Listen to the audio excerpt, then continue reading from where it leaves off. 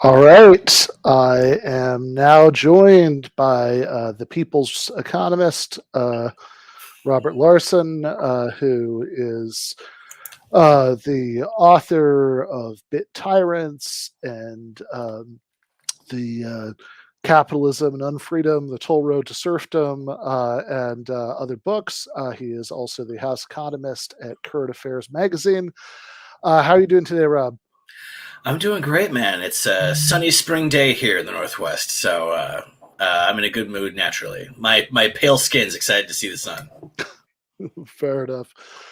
Well, this is it's the last one of these that we're doing for a few weeks because I'm going to be traveling for a couple weeks, but should be a fun one. So this is from 1968.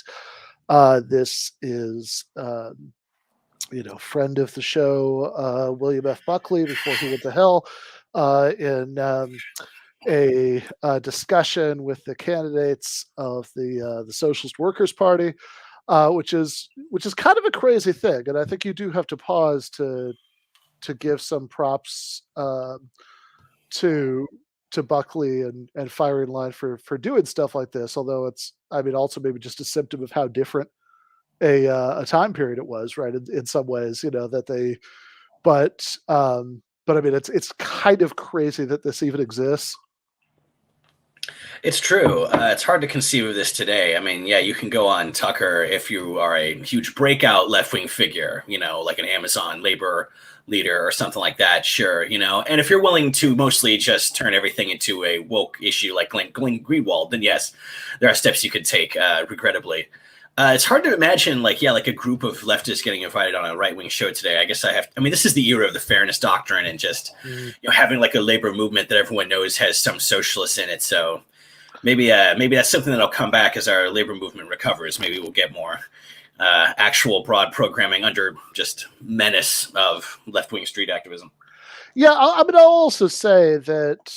Uh, I mean, I think Tucker is an interesting point of comparison for Buckley, and Tucker's show is particularly an interesting point of comparison for Firing Line, because, like, okay, could you have some equivalent to these figures maybe get invited onto Tucker Carlson's show now? Maybe, right? Like, if he, but probably if they were, like, in any scenario where they were, right? And like you have to fill out some story to get why it happened in the first place, which probably wouldn't. But if it did, presumably what he'd have them on is to kind of wave them around in front of his audience and yell at them, right? Like that would be their function on the show, right? Like, here, um, here are these crazy people, right? Like, and I don't know, maybe Tucker wouldn't do it. Maybe it's more of like a Hannity kind of thing to do, right? But you can kind of imagine him doing it. Yeah, and again, if you have enough stature, if you're a senator and presidential candidate like Sanders, you can even get to do a town hall on Fox, which is to me is a yeah, that was a exciting moment there. It's true, Mhm. like Tucker's show itself, like they would have these guys on if they're willing to say that there's too much gay education in schools. Like if they were willing to throw some hideous culture war red meat in, then yes, they could come on today. I think Yeah, this is before that the right wing media broke in that way. I guess. yeah. So okay, so that's one scenario where, like, it's like, oh, look, even they think blah blah blah, right? Like, so that, like, that's kind of what Tucker, I think, was imagining when he brought Chris Smalls on, because the reason he brought Smalls on was to, like, do a little segment about Smalls' beef with AOC, Yeah. and and Smalls, like, handled it brilliantly. He was just like, yeah, no, she didn't show up, but whatever. Let's not make it about her. None of the Yeah. others did either. And and then, like, even though, I mean, he's been a little snarky to see on Twitter, like, he was like, okay, I know what this is, and I'm not playing along. Uh, Yeah, like and he preferred a solidarity impulse. It's true.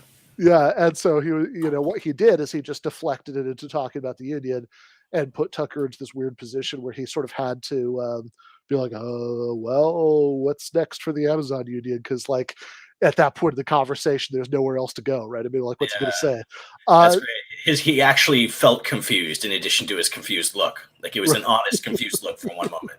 yeah, yeah, exactly. but yeah, you can imagine, like, you know, I don't know. I mean, maybe Sean Hannity now, certainly like Bush era Hannity, like having some like radicals on purely for the purpose of being like, here's an inflammatory thing that you said. How dare you? Well, all right. Well, we have to go to commercial break, right? Like that would Yes. be how that would go. Whereas on Fire in Line, you actually got a minute. You actually got like an hour to just talk, and it's a pretty astonishing difference. And like one very small point I'd always make about this is like, okay, on the one hand, you could say it says something positive about Buckley, maybe it does, right? You know, but like also I have a really like now on YouTube, you could have Fire in Line. Like if Buckley was alive now and he wanted to do Fire in Line just as like a YouTube show with like Patreon support or something, he could do Yes. that. But other than that, right before in the pre-YouTube era, I don't think this could have existed anywhere but public television. Yeah, that's Milton Friedman turned to PBS for his Yeah. free issues program. Every morning I wake up and I go, I can't believe that there was PBS that did that. Like each day, and then I get up and I brush my teeth. Yeah, it's kind of dumbfounding. Like that's a natural home. I mean, yeah, I don't know. It's such a rooting for your sports team based media structure now. It's like, yeah, the other team, yeah, a bunch of queers. Like it's just the laziest. There's so little there now. I think the tendency is for people to build up Buckley a little more than he deserves. But it is true. Like he shot like all these other Cold War conservatives. He shines by comparison with what we have today. So no, I think that's true. And like again, I mean, Buckley was a terrible person in terms of his like what he actually advocated. You know, just awful, right? You know, ghoulish. Um, you know, from I mean, look, the very first debate breakdown we ever did on this channel was William F. Buckley versus James Baldwin. We did a little throwback clip of that the other night.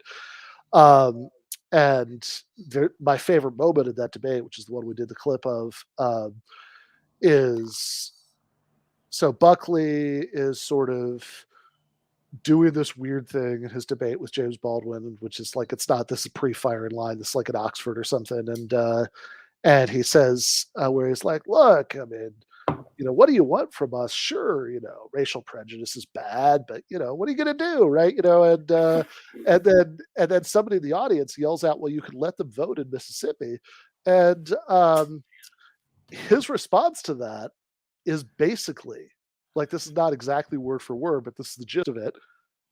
Hey, man, if I had my way, most white people in Mississippi wouldn't be able to vote either. Yeah. You know, like that tells you everything about Buckley. Yeah, exactly. Mask off moment. I like that. That's like, who was that today? The guy who Chapo was always roasting, Rod Dreher. I think he tweeted today, like, all I want is a good king for America and a clean king. And he'll know some. He literally says like he'll know some geometry and he'll show us a virtuous life. Like it's such a weird thing that guys like him and Peterson are tapping into now. There's like this weird weeping lamentation for. Then like there's not like a classic European like traditional fascism for them to like really cling to. It's just they're like, I gave my secretary my phone. I don't know. You guys want to these are self-help people in some circumstances. It's incredible. Weird landscape. Yeah, no, that's right. Yeah, although Peterson, I actually feel like with Dreher, it's harder to say because Dreher started so far off the deep end. But he's the strangest dude. Yeah.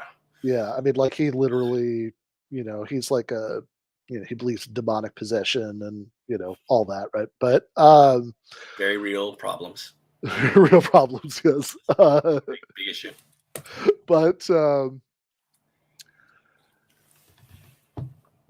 Peterson actually feels to me like he's gotten crazier just in like the last 6 months.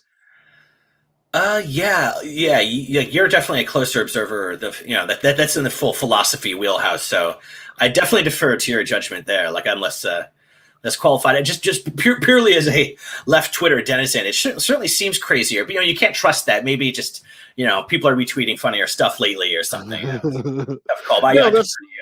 That's true. That's true. I'm just thinking about like, I mean, this is not some like really high level thing. I mean, I think his like basic views have always been crazy, but like but he just seems to be getting more worked up about weirder things lately.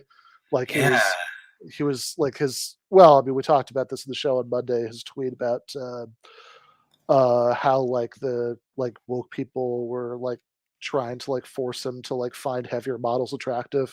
Yeah, like what?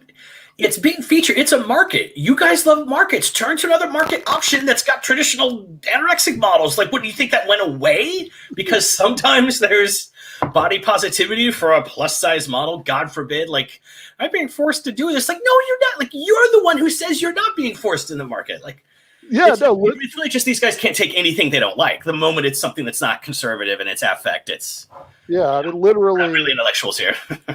Markets will cater to tastes, and not just yours. Yeah, it's very painful. It's but yeah, that's great. I will just say one other thing. I let us way off track here. We should get started. It's okay. On Peterson, there was that other. Who knows? Was that last week or a year ago on Twitter? You never know. But it was the he was crying in a different interview at a table, and the meme was him. When he was just having that intense body posture moment there. The guy who's interviewing him is a guy from the Hoover Institute. Or damn it wasn't the Manhattan Institute. It's difficult, but it was one of my favorite right-wing think tanks. I just love that, like you see him, and then across the table is the very straight-laced, suit-wearing guy with maybe it was the Manhattan Institute. It was one of them. I think that's what it was. Like on the mugs, he's very serious. It's like Peterson's doing this crazy meltdown, and he's like, like just has to keep the very fascinating. And how long will you cry about this? Oh, for some time, I see. Like just very, just any moment when establishment libertarians are uncomfortable. We have to take these W's where we can. I just wanted to refer to that. Fair enough. The Manhattan Institute, I will say, there's something that somehow seems especially, I don't know, creepy is the word I keep thinking. I don't know if it's the word I'm looking for, but there's something that's like especially distasteful about those guys because like they just seem to generate these people who are like super slick as they make just these incredibly disingenuous arguments. Like I remember watching something a few years ago. We should actually do a breakdown at some time, but it's there was a debate. I think it was like a Soho forum thing between Radley Balco, who is like a libertarian, but he's he's at least the kind of libertarian who has the bandwidth to think about things other than paying less taxes. And somebody from the Manhattan Institute basically about whether like racism in the criminal justice system was a thing. I mean, and just the like, just this Manhattan Institute person, and like this is the first time, and I've noticed this a few times, these discussions, just the sort of way that they have of just like barreling through all like information that undermines their case and just like focus, and just like doing this very slick way of like, oh well, here are 4 cherry picked things that I know that like fit with what I want to say, and I'm going to ignore everything else, and just in a very smooth way, I'm just going to deliver this and pretend the rest of it isn't happening. Yeah, that's it's just so many debates we've gotten to and enjoy. Like you discover, like just so much of it just is having confidence and having a smooth, intelligent performance. You sound composed. Oh yeah, well then let me remind you of the great ways in which the Fuhrer has helped Germany. Issue 1, highways. Issue 2, jobs. Thank you very much. Like if you're a smooth idiot and your points are only 2 sentences long, like you could defend any godforsaken thing you can think of. It's tough to watch, but I mean, I guess that's how they choose these guys, is who's able to be the slickest, phoniest mouthpiece for what is in reality, the liver-spotted, trembling hand of Sheldon Adelson. Yeah. Yeah, exactly. Okay, well, we should get started. So here we go. Let's watch.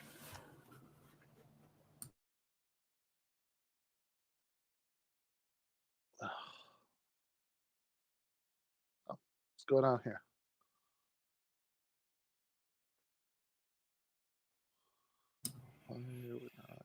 It's being bratty. Here's the guest. Mr. Fred Halstead and Mr. Paul Boutel are running respectively for President and Vice President of the United States on the Socialist Workers Party ticket. Mr. Halstead is by profession a cloth cutter. He has been active all of his life in the trade union movement and active as a participant in the socialist newspaper, the Militant. Mr. Paul Boutel is by profession a taxi cab driver and ran a while ago for Attorney General for the state of New York, but was defeated. The idea is to discuss the Socialist Worker Party and its view of the United States and of the world. And I should like to begin by making an observation. I recently had on this program Mr. Ralph Schoenman, who is assistant mischief maker to Lord Bertrand Russell in the War Crimes Tribunal. I received a great deal of mail chiding me for, quote, being too soft on Mr. Schoenman. And I shall receive such mail most likely after this program. I do not believe it necessary to over-document the failures of socialism, and my purpose is not merely, therefore, to exchange views and disagreements, but also to study the manner in which the principal political heirs of Leon Trotsky in this country handle their case. It is my intention to share the hour with them, and the function of the chairman is to interrupt them if they start to hog the program, and to interrupt me if I start to hog it. I should like to begin by asking Mr. Halstead whether his political doctrine instructs him when he is making a public appearance to act in any particular way toward the bourgeois imperialists he finds himself confronting. No, the object is to get the ideas across to as many people as possible, and to do so in a clear way. Mm-hmm. That's all. But you are required by your doctrine to treat people like myself as the enemy, correct?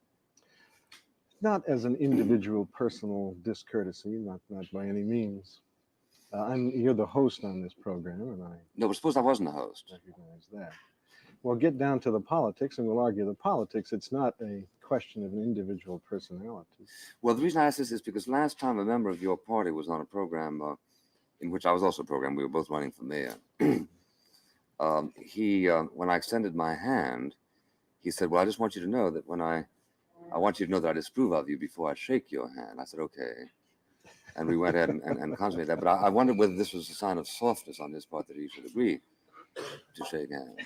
I shook hands. I shake No, I hands know with you all do. kinds of people. I shook hands with Mayor Lindsay once, you know. And that's Although I what don't works. agree with his politics at Yeah. all. Yeah. In other words, you don't feel that it is part of your obligation, as I understand it is a part of the obligation of some of the militants today, to be intentionally rude or intentionally disruptive. I don't know that it's the obligation of any militant to be rude. I wish the capitalists would be gentlemanly toward us. Yeah. Occasionally they throw us in jail and things like that. Well, you can understand which really they isn't have a certain quite fair. prejudice against you, considering that you want to sort of, do away with capitalists. Not the individual human beings, the system. I suspect that even you would find a place in the socialist system. Maybe. Oh, sure. I'm a very good typist. I'm sure you'd have a lot of forms. Maybe lecturing Yeah. on the past. Well, I'm sure I wouldn't have any trouble in making people homesick for the past. The reason that, of course, this is interesting is your party has been officially declared as subversive by the way, a Democrat. Yeah. Under a Democratic administration. Now, it is subversive, as I understand it, because it seeks to alter the government of the United States by other than specified means. And indeed, in your literature here, you refer to resorting to, quote, any means necessary, correct? Well, that's a quote from Malcolm X about the black people having the right to fight for their freedom by any means necessary. Well, this particular one was a quote from you. But if I said it, I was quoting Malcolm X because that comes from him. Well, I'm sure Socrates might have used any means necessary under some circumstances, but in other words, you do recognize that some means are illicit. Well, you have to use the means that are going to get you to your goal. If you want to make a revolution on behalf of the poor people and the oppressed and the working people, then you got to use the means which are actually going to accomplish that end. You Well, can't other- use other other- means which are going to end you up someplace else. Well, suppose I could demonstrate to you, to your satisfaction, that by assassinating, let's say, 20 or 30,000 people, you could accomplish your goal. Would you proceed to do so? I couldn't accomplish my goal by assassinating anybody. Now, wait a minute. That's not my I'm goal. giving you, you can't argue with a proposition by the laws of logic. I said, if I could show you that you could. It's is exactly my that assumption. point, you see, that I was trying to get at when I pointed, this is a philosophical point, that the means must get to the end. You got to use the means which are going to get you to the end. No. Assassinating people isn't going to get you to the end that I got in mind. But if it did get you, what I'm asking you Well, that's is there just the anything? if I don't want to grant. Is there anything in your doctrine that proscribes political assassination? Yes. What? We don't think it's a good tactic, and we're against it. I'm against it for one thing because I happen to be a presidential candidate.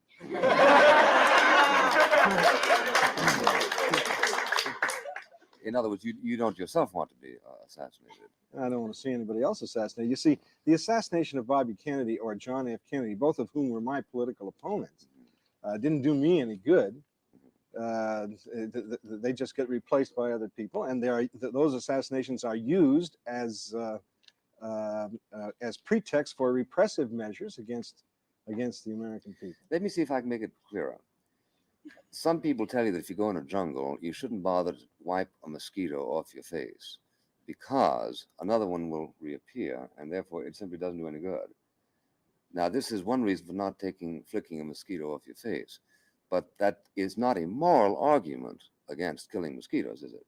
I'm asking if you have any moral rather than instrumental reasons for being against political assassination. Oh, sure.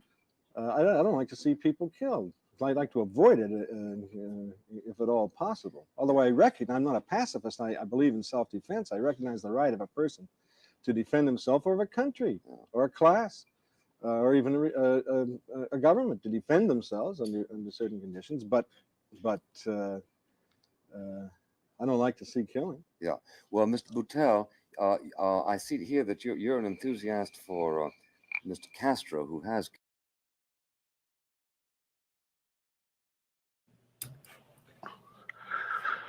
So, I'm not quite sure. They're moving. They might be transitioned here a little bit by bringing up Castro, but this is really weird. Like, we're all. I don't know. We're like a good 5 minutes or so in. I mean, it didn't start right at the beginning of the video, and so far he's used his time to ask him if he has a political obligation to be rude, and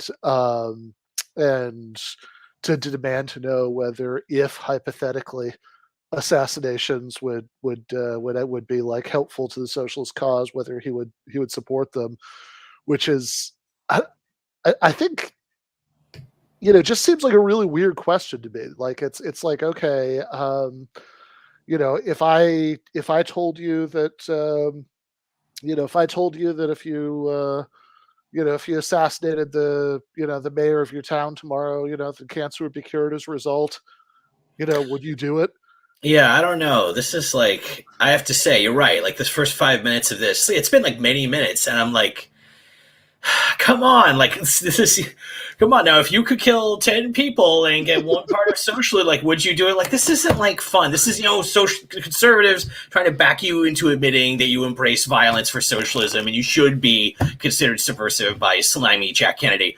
It's pretty, transparent, I guess, like what the goal is here. But it's just, the man should just say, no, we support human rights. Unlike you guys who support the Vietnam War, we actually think there should be a red line at killing people. Unlike you, because you support the war and beating civil rights demonstrators, we actually don't support that. We're on the side of the civil rights movement that's always getting beaten in the streets here in 60s America, and the working class, or at least in the saddle very, very briefly at this moment, sort of.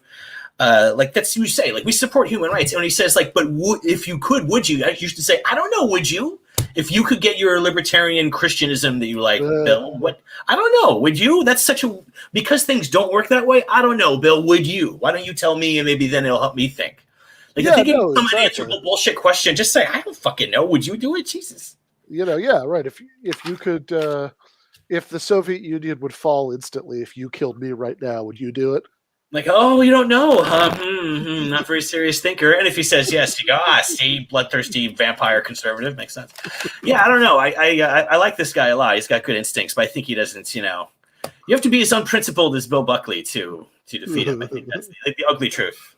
Yeah, I mean, and also, I mean, as somebody points out in the chat, okay, so I would also be very curious about Bill Buckley's views on some real life assassinations. Your Patrice Lumumba's, and I mean, I guess this is a few years before Salvador Allende, but there are, I don't know, overthrowing our beds, and in Guatemala, all that stuff. I mean, right? It's like there is quite a bit of, it's not like political assassinations weren't favored technique of the CIA and undermining leftists in other countries, right? So it's I mean, and yeah, I have a feeling that like Bill Buckley would not, full-throatedly denounce those if they were brought up.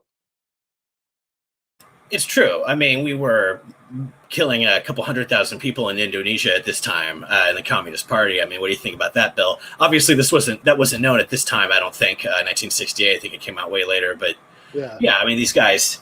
There's one side that has credibility here for respecting human rights, and it's not the side that supports apartheid and the Vietnam War and stuff. Yeah. Wait, when did Suharto come to power in Indonesia? What's that? When did Suharto come to power? I don't know. I know 65 through 68 is the big massacre. Right now I don't remember like the chronology of events. I'd have to remind myself. Okay. But that was like well underway at this point, even if it might not have been. Oh yeah, and the supporting the French and then us being involved in Vietnam. I mean, and that's also like, okay, would you do some assassinations if you thought that it would have this massively positive effect on the world versus like, would you, kill like a couple million peasants in Vietnam for the sake of the domino theory? Yeah, I know you would. I know you'd support killing Castro at least to overthrow Cuban communism. So I mean, that's one. I know you'd say yes to that, Bill. So there's one right there.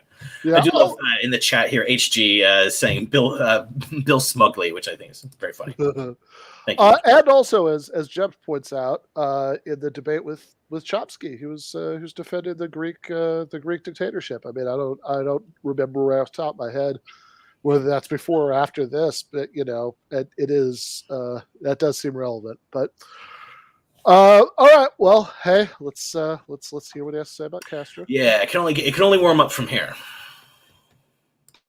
Killed people. Do you forgive him this killing, or do you regret it, or do you think it was simply a necessary part of the necessary part of the egg breaking that goes into that omelet? And are you an enthusiast for the government of South Africa, for the bombing of North and South Vietnam? I asked you a question. Castro is a revolutionary representing a revolutionary people that have made a change to free themselves from oppression. Yeah.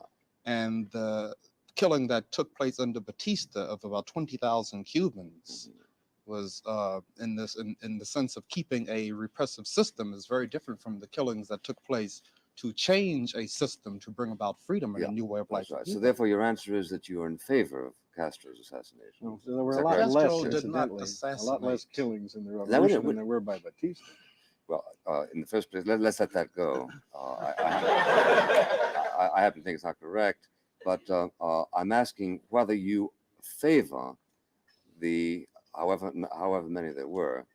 Assassinations by Mr. They Castro. were not assassinations, and criminals should be put on trial. They should be tried, and then they should be given justice by the people that they were victimizing. And I can assure you that in Mississippi and Alabama and South Africa and New York City that there probably would be many trials where people might be sentenced to a few years in jail or maybe executed or something for all of the many crimes that have been committed against the Black people, the American Indians, the Vietnamese people, and the people in South Africa. Yeah. There was a trial after World War II, the Nuremberg trial. It wasn't that much of a trial, but at least the Jews and other oppressed people in Europe did have a semblance of a trial. The Civil War has been over since 1865, 103 years, and we haven't had a trial yet. Now, what sort of trials do you have in mind, and could you give some typical victims? Who, for instance, if your party took power, would be, so to speak, the first to go? Lyndon Johnson, I suppose. No, right? Nobody, I hope. That depends upon what they do. You're much milder than Mr. Boutel. No. Might he be purged one of these days for insufficient enthusiasm? Well, first of all, you see, he has a little anger in him that I might not have, for obvious reasons. First of all, what you're trying to do is to put the Socialist Workers Party. Oh man, I love 1968. Saying that we are trying to do things by ourselves, either as a party or maybe Fred Walton or myself. But we represent social forces. There can be no social change in America unless the American people. Such a jarring thing. Just like, yeah, no, of course, I'm on PBS. I'll just take out a cigarette while I'm sitting here. Then there will be a change, and we will work with them to bring about that change. And when that change comes about, well, then I'm very sure that there will be problems, and that will have to be settled with people that wanted to maintain old repressive society. I'm sure there's a lot of Mississippi sheriffs that will be put on trial. I'll tell you one I'd like to see a trial about. The people that ordered the bombing of Hiroshima. I'd like to see that. I really would, just for the information of people. I'd also like to see the people that the people that got 25,000 American GIs killed in Vietnam for nothing, because some rich men are making money off of it. I think that the world ought to watch such a trial and see the facts come out about that. Do you know about 100 million black people died as a result of the slave trade over a period of about 500 years, and that hundreds of thousands of Indians were slaughtered? Now you say that we are representing. No, I know. I don't. The views of Leon Trotsky, you say, and socialism. No, I know. And then you're saying the socialism can't work, and you say that you could refrain from really criticizing it because you've done that so much. What are you representing? You're representing George Washington. You're representing Custer. That's what you're representing. You're representing an imperialist, oppressive, racist system. Yeah. That's right. So don't attack socialism on the assumption that your system that you represent, which is full of lies and hypocrisy and murder, has been so perfect. Yeah. Show me what has capitalism done for black people or for poor people. I can't show you anything unless you stop talking. Show me whatever it is that you represent has done anything at all for the masses of people in the world. It is all it has done has been to provide opportunists like yourself with an opportunity to be parasites on the backs of oppressed people. Mr. Buckley, why don't you let Mr. Buckley answer your question? I think that we've got to have a capitalist interruption.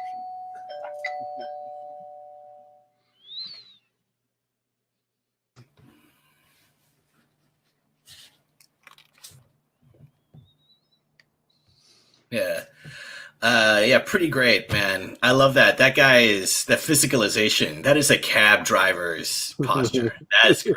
He's just very. We should all be so chill and disrespectful in an interview with a conservative. That's pretty great. Yeah, well, actually, I mean, both of them their own different ways, right? You know, because like Fred Halstead is like being very, yeah. It's like, okay, whatever. We're just hanging out here, you know. Although I guess maybe in 1968 that was just like, you know, what you did. Yeah. Yeah, I don't know. Like that was pretty. I don't know. That was enjoyable to see. I enjoy sort of trash talking black intellectual from the 60s insulting Bill Buckley for like a continuous minute like that. This is relevant to my interest. That's what I would say. Which just makes me laugh because like, you know, Buckley, you know, through his part is, you know, the king of like the slouchy, like, you know, disrespectful sort of physicalization there. It just makes me laugh. Back at the very beginning, he said, last time I had socialists on, I received hate mail because I was too soft on them. And I'm sure I will this time. Like it really is like the first thing he said really was Mr. Burns standing up and saying, I'm too nice. I just remember that moment. Nice. Yeah. Yeah, no, fair enough. You know, I also think, I mean, obviously, well, okay, so I think that what Fred Halstead, at least, is describing is more like what would later be called, you know, Truth and Reconciliation Commission, although, of course, that's an analogy that wouldn't be available yet in 1968 because the apartheid system had not fallen in South Africa, no thanks to the Bill Buckleys of the world. Yeah, thank goodness for conservative support. So good job, Bill. You got many more good years out of it, Bill. You had a good run. Yeah, no, exactly. Let me just, where are we here? Go. All right.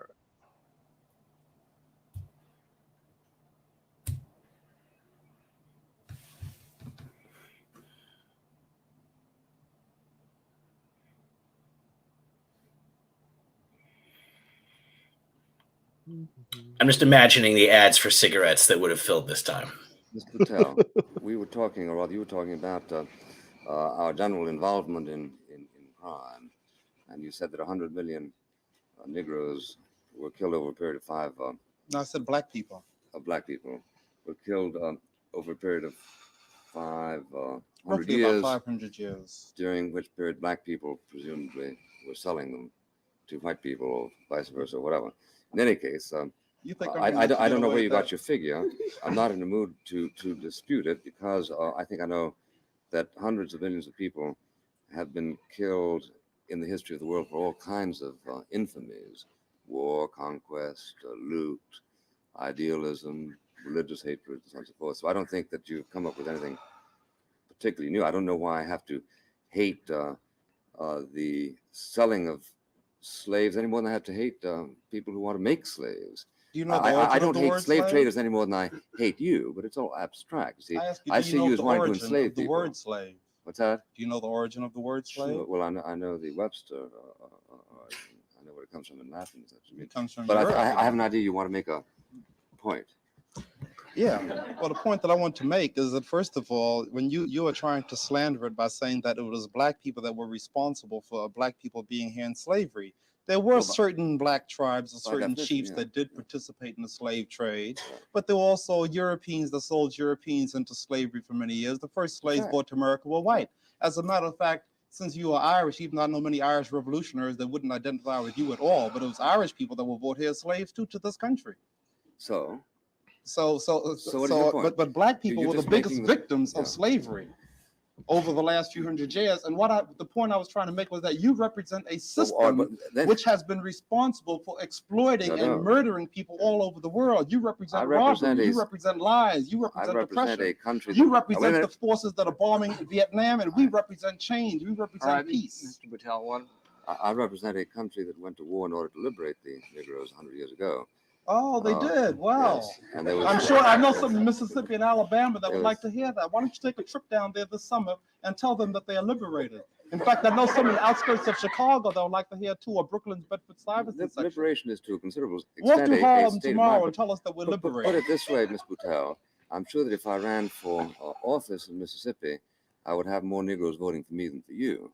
How many votes did you get last time you ran? I'm sure one thing, that if you went down to Mississippi and told black people they were free, you would be running and it wouldn't be for office.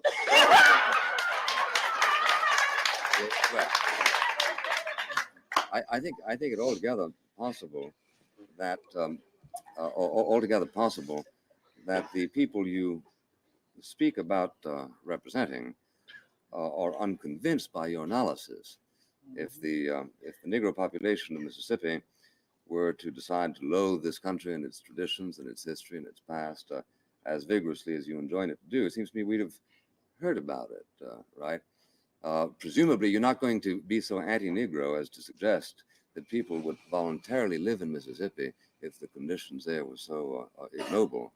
They would presumably move elsewhere, wouldn't they? You mean to tell me that the rebellions in 125 different cities and all the different protest organizations that black people have had for so many years hasn't demonstrated to you that we're dissatisfied with the system? Has this showed satisfaction? Well, but there's Indian uprisings, workers' revolts, the black people in Memphis, Tennessee. If you ask me a question, I'm going to answer it. See? Now, I say that there are many revolts in which many Negroes participate, but there are many revolts in which non-Negroes participate. I don't know of a single revolt in any city in the United States during the past 10 years that equals the revolt in Paris, for instance, in which no Negroes at all participated. And then when it finally was put to a vote of the general electorate, what happened but that the people who revolted were very soundly repudiated. You've wept over this and the militant. How do you account for that? Why all of a sudden, by the way, racism is rather a new preoccupation of the Trotskyists. I've read Leon Trotsky, as you have too. And all of a sudden now all of the accent is on what we've done to the Negroes. but that didn't exist in Trotsky's own writing. No, that's when not did true. you well, it was in terms of well, we've got a imperialists, pamphlet out right now. You can get it if you want to. I'm talking about Trotsky, not you. 873 Broadway. Just write to 873 Broadway and ask for the pamphlet by Leon Trotsky on the American Black Struggle, in which he has an extensive series of discussions precisely about black nationalism and so on. He's one of the first people, aside from black people themselves, to recognize as a form of anti-imperialism, but the capitalist racism to which Mr. Butel, specifically speaking about that, specifically speaking about the white racism in this country, he referred, for example, to no compromise with the beast, by which he meant the white racism in the white population. Well, but he meant them in the sense of the capitalist class, not in the sense of the fact that they were white. Trotsky was not a racist, was he? No. In the sense that, say, Mr. Butel is or Malcolm X. No, Mr. Butel and Malcolm X are not racist either, but Trotsky wasn't just referring to capitalists. Malcolm X belonged to a group that felt that the white man was bad. Have you ever read Malcolm X? Mild. Did you ever read his autobiography? Yes, I had, Didn't you read the stuff that he wrote? Yeah. That he wrote from Mecca and so on? Well, I know that he went to Mecca and he had a brief flirtation with sanity, from which he quickly retreated when he came back. But he was repudiated and finally killed, incidentally, not by white people. But I rather regret the turn this taken, because whether he was who paid those people. Who killed him? I don't know. But I have my suspicions, and I'll tell you right now that the New York City Police Department is not completely absolved from some sort of participation, at least in some way there, because one of the assassins was seen to have run out and got taken away by a police car, and then there was never any report on what happened to that particular one. Mm-hmm. So there are some questions about just who was behind that. I don't know any more about it than anybody else, but those questions exist. Mm-hmm. Well, the questions I know exist as to how many people were implicated.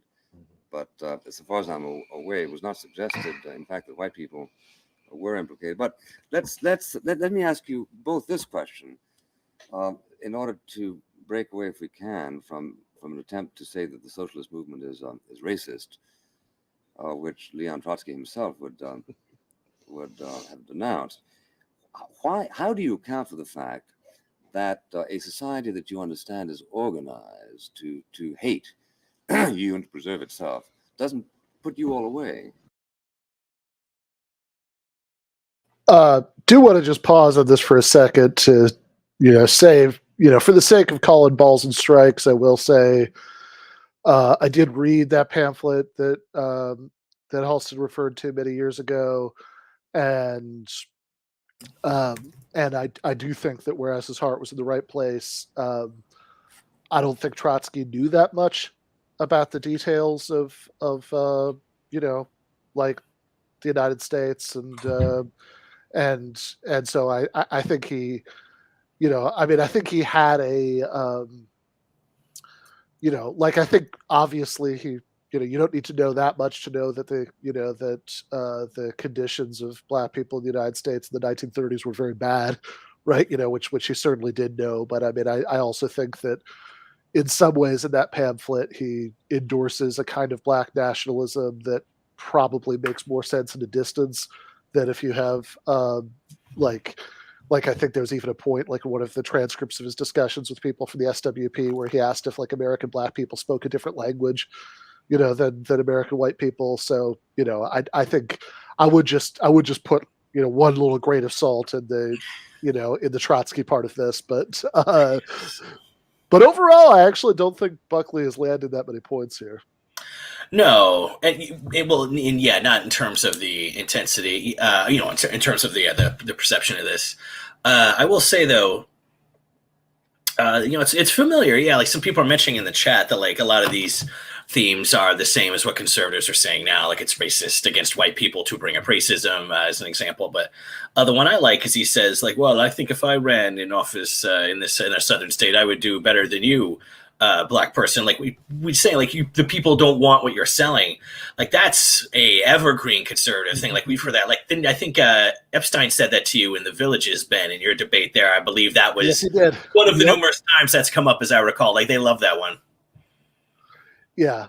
No, absolutely. And by the way, Colin is correct that like even though I did just want to say I don't think Trotsky is a great source of information about race in the United States.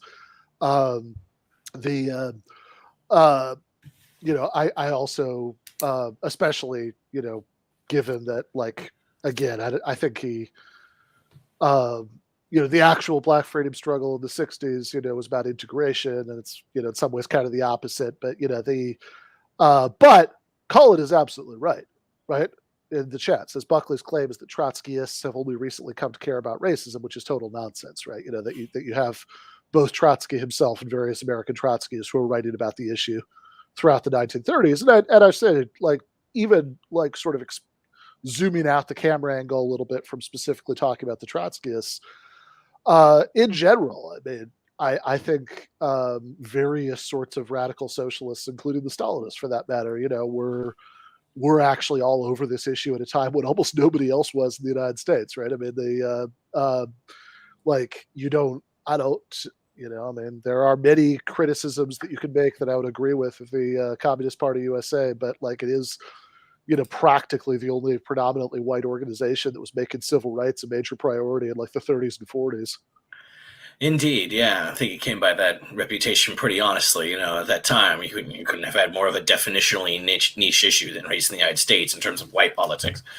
So they just definitely deserves that legacy. And it's just crazy watching a figure like make these cases. Like we know you supported apartheid for 20 more years. Like no one thinks that you're like actually concerned about like racial equity, But yeah, but again, he returns back to that. Like, well, then I think I would do better in an election. Well, you might, because millionaires will pay for your ad time. Like, it's always, conservatives love this. Like, oh, if you think socialism's so great, why don't you win elections to have a political party? Wow, what a weird mystery. I guess it's not as if you need millions of dollars and that the parties control their ballot lines, unlike other countries. You can't just be on a ballot. It's like very difficult because of conservative pieces of shit like you. So that's why, Bill. Well, it's also weird, like the Gene Epstein case you gave for the debate of the villages. Right. Like, okay, fair enough. Right. So, you're right. Like most people, I mean, I actually do think in that instance that the sort of ways that, I'm under no illusions that the majority of the American public, agrees with me, right? I mean, I'm a radical, but I think that I do think that the majority of the American public would be amenable to, renegotiating the social contract to some extent in terms of wages and healthcare and unions and a lot of other things in my, to move a certain distance in my direction. I think that's actually just true, but they have, but like, yeah, sure. Like my critique of the existing system goes way beyond, what's broadly popularly accepted. But guess what, Gene? So does yours, right? I mean, like, do you think, like, what do you think the constituencies for taxation is theft? Yes, yeah. As we read memorably in the Megan McCain book review by Mr. Ben Burgis that I read this afternoon. My God, the sacrifices that we make because we love you people. This is terrible, terrible stuff. But yeah, that's like a stupid right-wing canard that, well, I've got property, so however I came to have it, who knows how I got it? What happened in the past? No one knows, but it's mine. The Sopranos, whatever happened there. Yeah. Yeah, no, exactly. Right. But it's like, okay, but like also, do you think most taxpayers think that taxation is theft? No, of course not. Right? Yeah, like most taxpayers want the fire department. Yeah. Yeah, that's a radical fringe view. Right. So it's like, especially like if you're talking about an argument between people who in certain respects have unpopular ideas, let's just talk about the ideas themselves and not who agrees with them. Yeah, well, that's what you could do if you're intellectually honest. Yeah, like, all right, well, what do you think? Why would you think that? That's crazy. What you do instead is you have them on and go, okay, what if you could skin my mother alive and my father, but then you'd get universal health care? Would you do it? I don't know, Ben. Would you? I don't know. Yeah. I don't know. Your questions are boring, Ben. No one likes them. It's like the Birch Bartley, the Rush Limbaugh figure in The Simpsons when he's moderating the debate, like the mayoral debate. He's like, what if it was your family strung up and they had and you tried to open the door, but the doorknob was slick with blood. Like it's like would you Exactly. Would you do all those things if it would make the world much better? It's like, well, I don't fucking know. It wouldn't. So, like, I don't really know what we're arguing about right now. Those things don't work that way. That's like, would you kill all grandmothers to kill Hitler? Well, luckily, that doesn't make sense, so I don't have to make that decision. So yeah, this is all. I'm enjoying making fun of Bill Buckley, but I will just say the very last thing that was said there kind of is making me displeased. So you'll remember right before we cut, he said, really, if society is so evil and so filled with awful bourgeois imperialists, it's crazy. Why does this society allow you to exist? Why don't they do? He said something like, why don't they lock you up? You know, why don't you admit that our society is free and wonderful? But it's funny, of course, because as we now know at this time, the FBI was targeting the social workers movement for disruption and sabotage, as came out in the big leaked memoranda about that, and then later in the church committee. Yeah, the Socialist Workers Party. They were, Bill. They were persecuting them. It was happening. You know, I mean, and that's why the man said, well, I don't know who killed Malcolm X. Like, well, indeed. Yeah. No, the SWP specifically was definitely a target of COINTELPRO, you know, pretty extensively, right? I mean, that's very well documented. Yes. So they were repressing him, Bill Buckley. I mean, hell, Bill, you mentioned this you started this whole thing by saying you've been declared a subversive entity. Like, well, they're declaring us subversive. The FBI's after us. I don't know. What do you need, Bill? Do our heads have to be cut off before you admit that we're being targeted here? It's no good. Yeah, right, exactly. And it's like, yes, I mean, there are degrees of political repression, and it could be worse. It is worse in many places in the world as of 1968 that Bill Buckley enthusiastically supports. But it's still pretty bad, yeah. And it's also like, like all of these like little smirky references to, you know, imperialism. It's like, oh yeah, you crazy radicals, you know, think that like, you know, American imperialism is so bad, right? It's like, you know, motherfucker, you're literally like, people you support are carpet bombing Vietnam while you were having this conversation.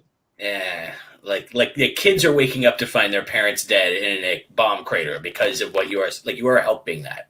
Like, it is, yeah. Like, it's so, you know, it's fun for us, you know, and we do debate dissection, so we naturally get into like, they missed an opportunity there. Like, we get into the play-by-play, like we do. You do sometimes need those reality checks.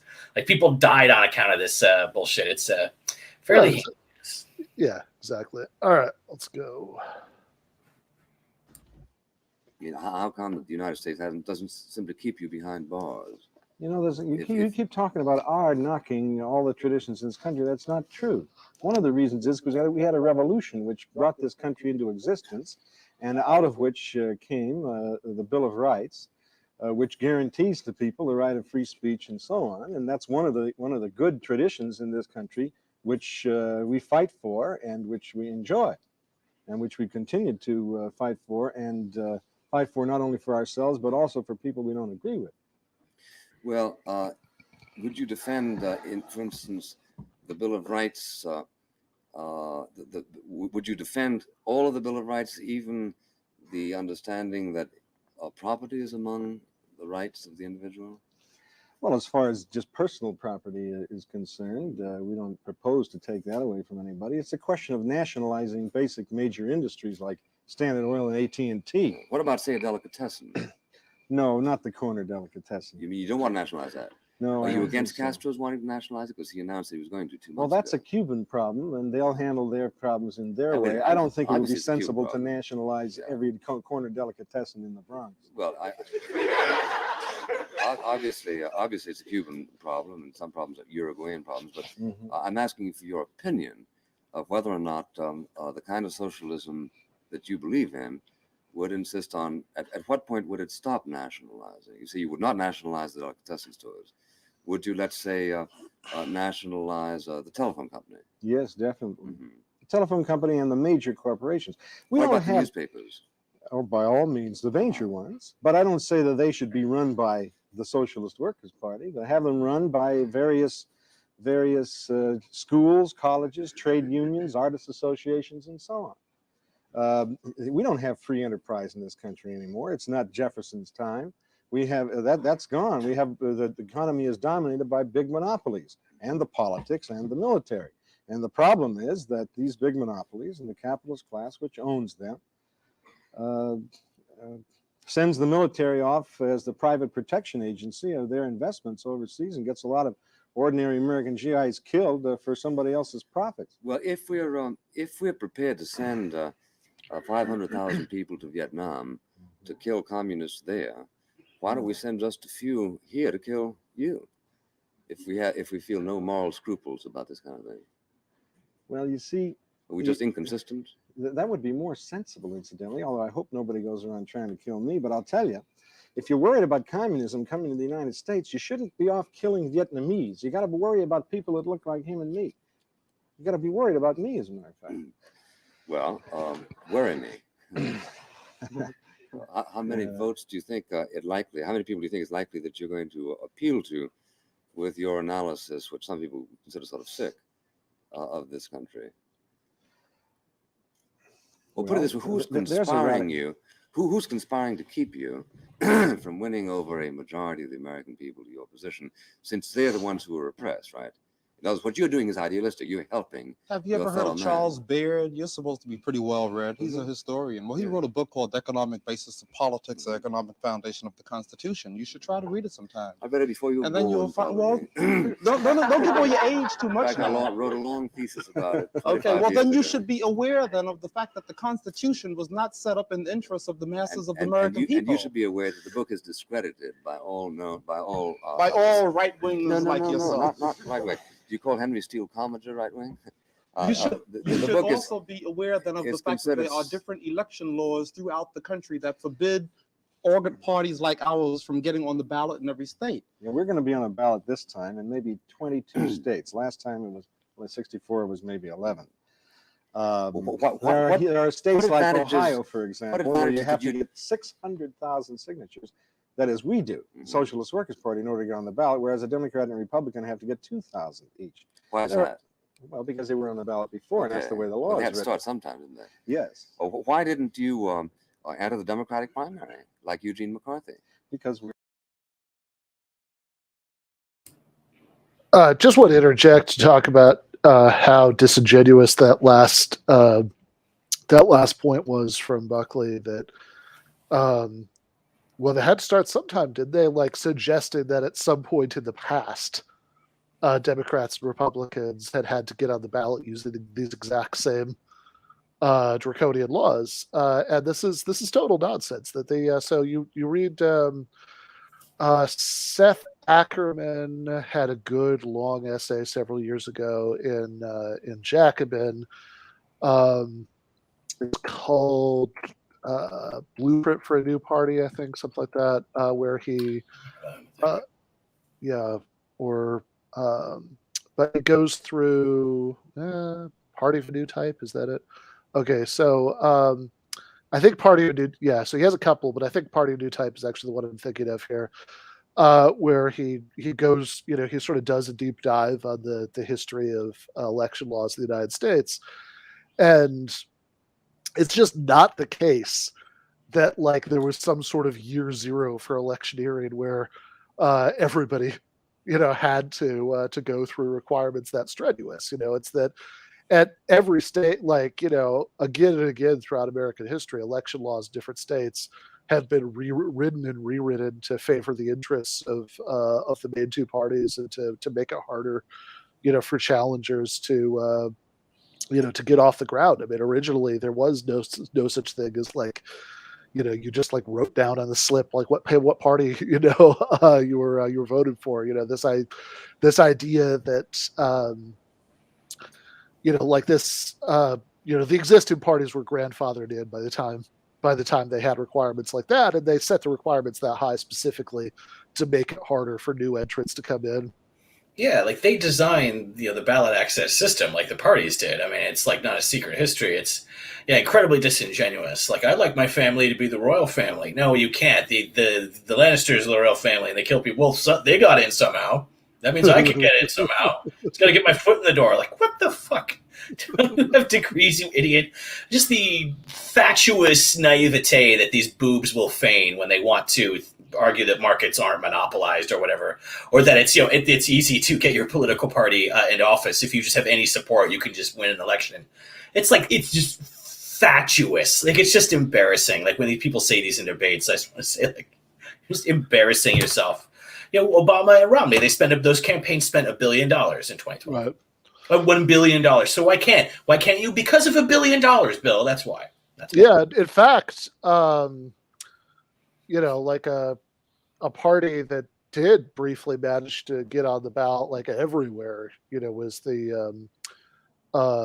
was the Reform Party in '96, because it was the vanity project of one H. Ross Perot, who was able to hire a vast army of signature collectors. Yeah, $1 billion, even in those days, I believe. Yeah, no, definitely. So yeah, I mean, look, and like whatever conclusion you draw from this. So yeah, I think Blueprint for a New Party is actually the name of the essay, and the Party of a New Type is doing an interview with him about it. But they have a, and Ackerman's conclusion is like, yeah, the deck is so stacked against third parties that your best bet is having some sort of party within a party, and work in Democratic primaries and stuff. But like whatever you think about that. Tactical debate. I mean, just being like, just like playing dumb about this. It's like, oh, well, look, it's, must be that the Democrats, Republicans can get on the ballot, and, and it's hard for you guys because, like, you're just, it's like, I don't know. I mean, I guess they must have just, convinced 600,000 people to sign their signatures. Like, no, that's not how any of this ever worked. Yeah, man. Yeah, the exceptions are when you hire professional staff for gathering signatures who are in it because they're paid to work the hours and knock on the doors. Yeah, like that's like even the independent political parties that have some success. It's let's hope it doesn't come to that. It's the right wing parties that are able to get on the ballot, like libertarians, which are in like almost all of the states now, and they're a lousy political party. Like, I mean, they do have the benefit of having they have slimy millionaire in each state that will give them a giant check, to do the ballot count. Yeah, but didn't David Koch actually run as like the Libertarian vice presidential candidate in the 80s at one point? That's right. So yes, the late David, I believe. The late David. Okay, is that? Yeah, one of them's still alive. So yeah, okay. I think that's one of them. Again, viewers, look it up and tell us. That's me. Yeah, fair enough. Yeah, no, it's just man. Okay, but yeah, just start coming up with like horrors that happen in the plot of Game of Thrones and be like, okay, well, if that would lead to socialism, would you support that? It's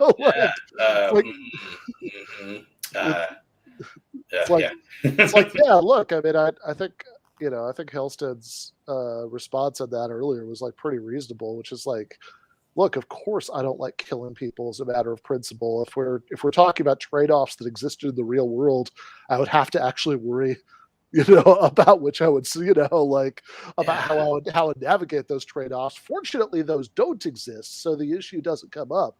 Yes, fortunately, your weird counterfactual for wasting time and avoiding the real issues that are popular is, luckily it's running out of steam, so we can address this. Yeah, like doing political assassinations is not going to do anything to advance the cause of socialism in the United States. You know what will is like organizing the Starbucks down the street, and I do support that. Yeah, bombs away. We're not capitalists. We don't believe we're the same thing in why don't here's a hint if you want to be very successful and get around this prohibition. Next time, why don't you try to do what Eugene McCarthy did? Declare yourself a Democrat and say, I'm going to change the Democratic Party into a Socialist Workers Party. Enter the primary and win. Has that ever occurred to you? Has that ever occurred to you? I can see you thinking about it. We are given that advice ad infinitum by every liberal we come across. And we explain to them that the Democratic Party is not a socialist party, and it's controlled by the capitalists, and it's not going to be controlled any other way. And McCarthy is a capitalist or supports that policy, and if he didn't, he wouldn't get anywhere in the Democratic Party. You're telling me about what the Democratic Party has been so far, and you're not telling me anything I don't know. But I'm asking you, why not change the Democratic Party? Well, we'd rather build if in fact an independent party and based upon the working people. We have no illusions that the present Socialist Workers Party is necessarily going to win the coming election. Yeah. We're going to build the basis for future elections when socialists can get elected, and we advocate the formation of such things as an independent black political party and a labor party. And if those things come into existence, we would participate in them. We won't participate in the Democratic or the Republican Party or the Conservative Party because those are capitalist parties, and we don't agree with their fundamental proposition. It'd be dishonest for us to do that. You don't believe they can change? No, I don't believe that. They're very tightly controlled by the capitalist class.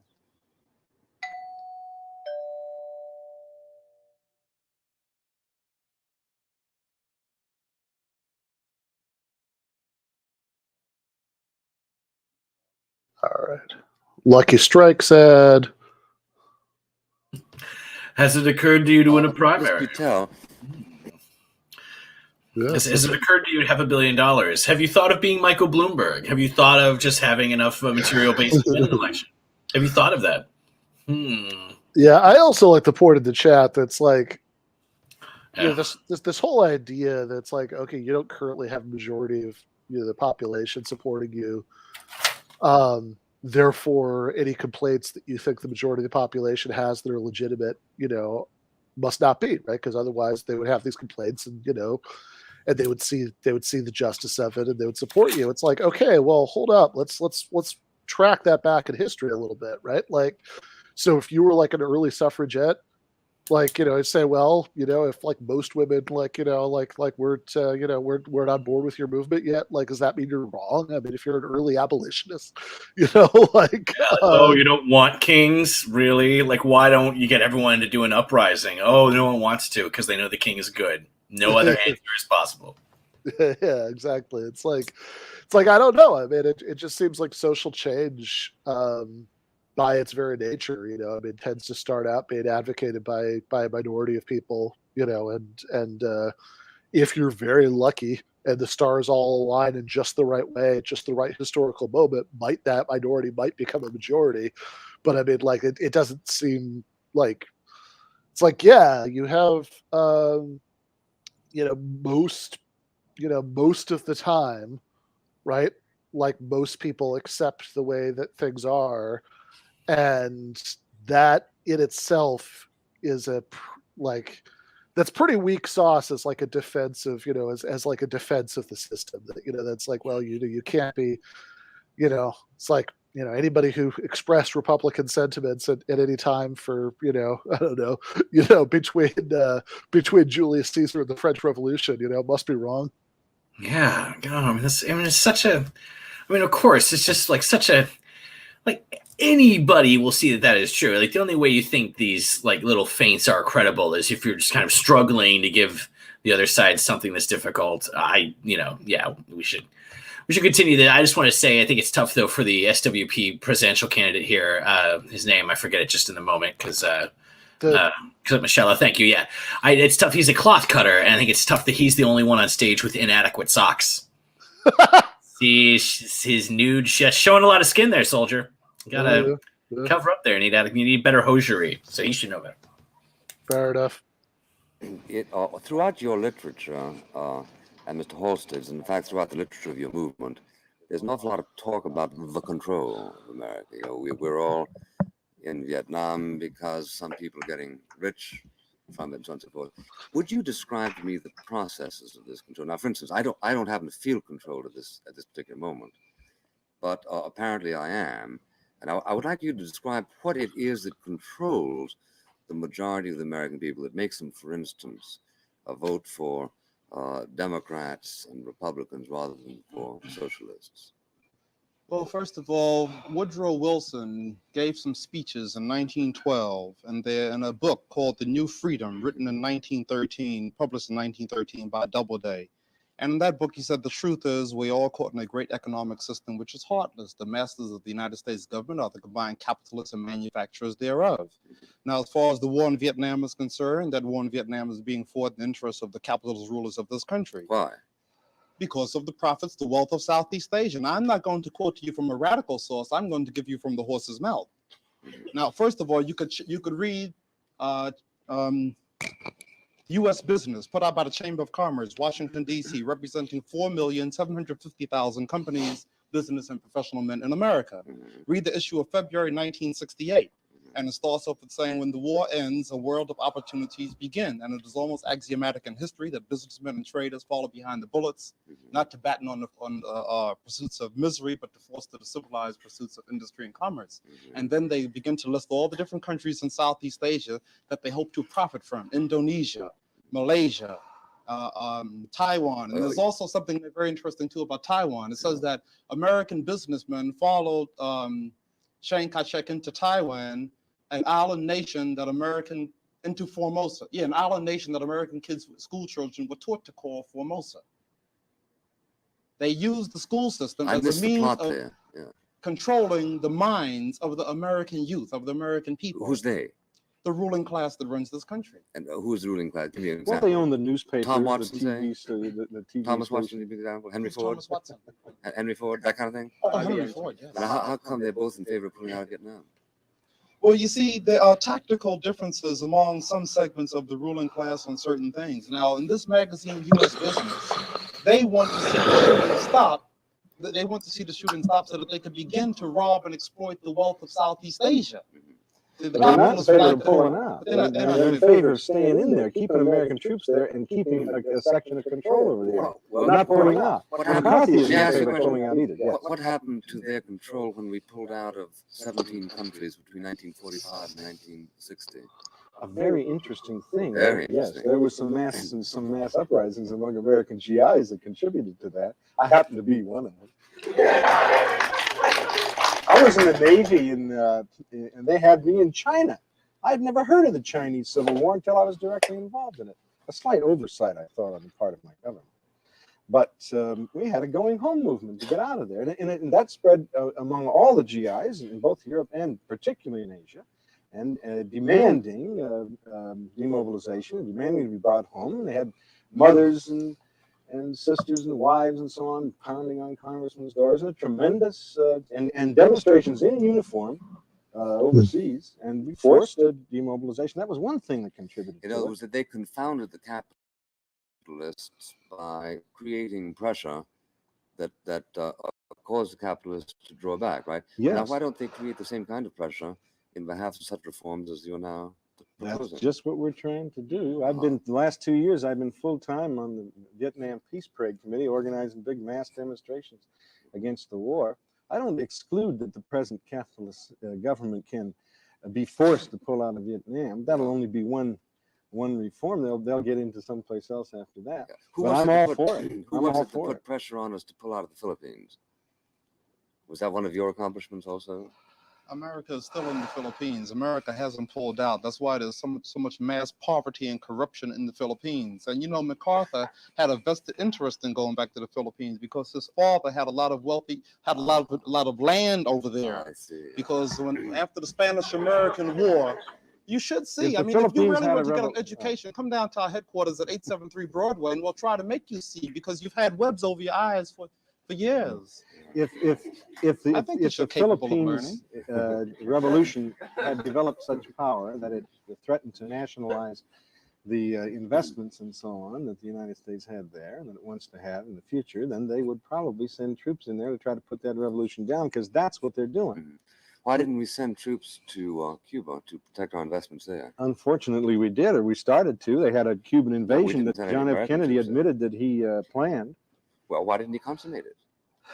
Did the capitalists lose control of the situation? No, I guess because the people who landed there lost the first battle, and they weren't able to capture that little piece of land there so that they could set up a provisional government and give the U.S. the excuse. But capitalists don't usually give up so easy.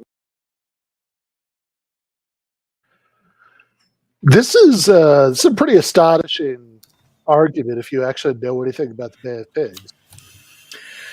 Indeed. I mean, yeah, that's like so deliberately obtuse. I've been kind of thinking more about this, treating the ruling class like it's a crazy conspiracy that we have influence overseas and the governments are protecting property. These guys are just saying, I like that. God, you got to love the man's point there. Yeah, I was one of these GIs who said, why the hell am I in this country meddling in a civil war? Why do I have a role in this? Boy, that's a pretty impeccable moment. You got to love that. But all this I see. That's why we were there. Oh, because MacArthur's father owned land in there, and that played some role in his decisions. Crazy. Can you believe that?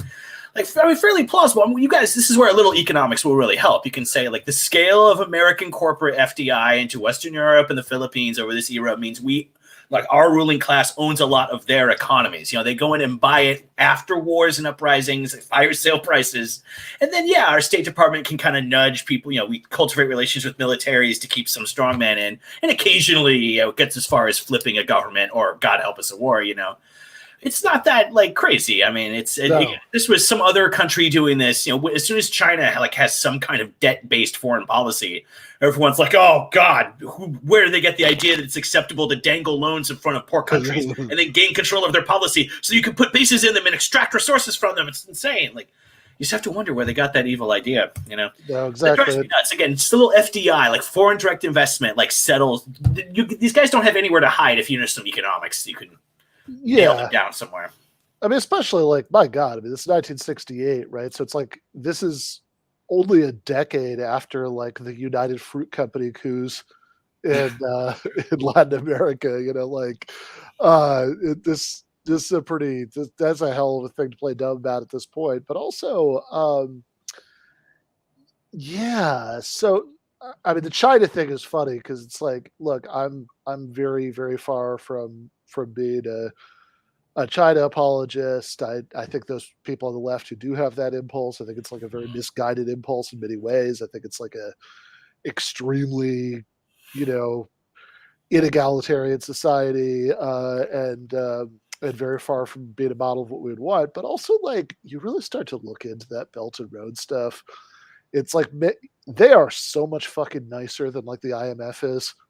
Oh they're definitely the new hustling imperialists. It's far as kind of ugly and punitive as it is compared to what the Western credit system does. It's fairly. You can see why it's popular. An only moderately exploitive trade partner. Ooh. No, exactly, because it's they want to. They're playing the long game, right? They'd rather, they'd rather maintain relationships over the long term than get their money right now. Right, so they've generally been pretty willing to renegotiate terms and wait another 20 years, whatever.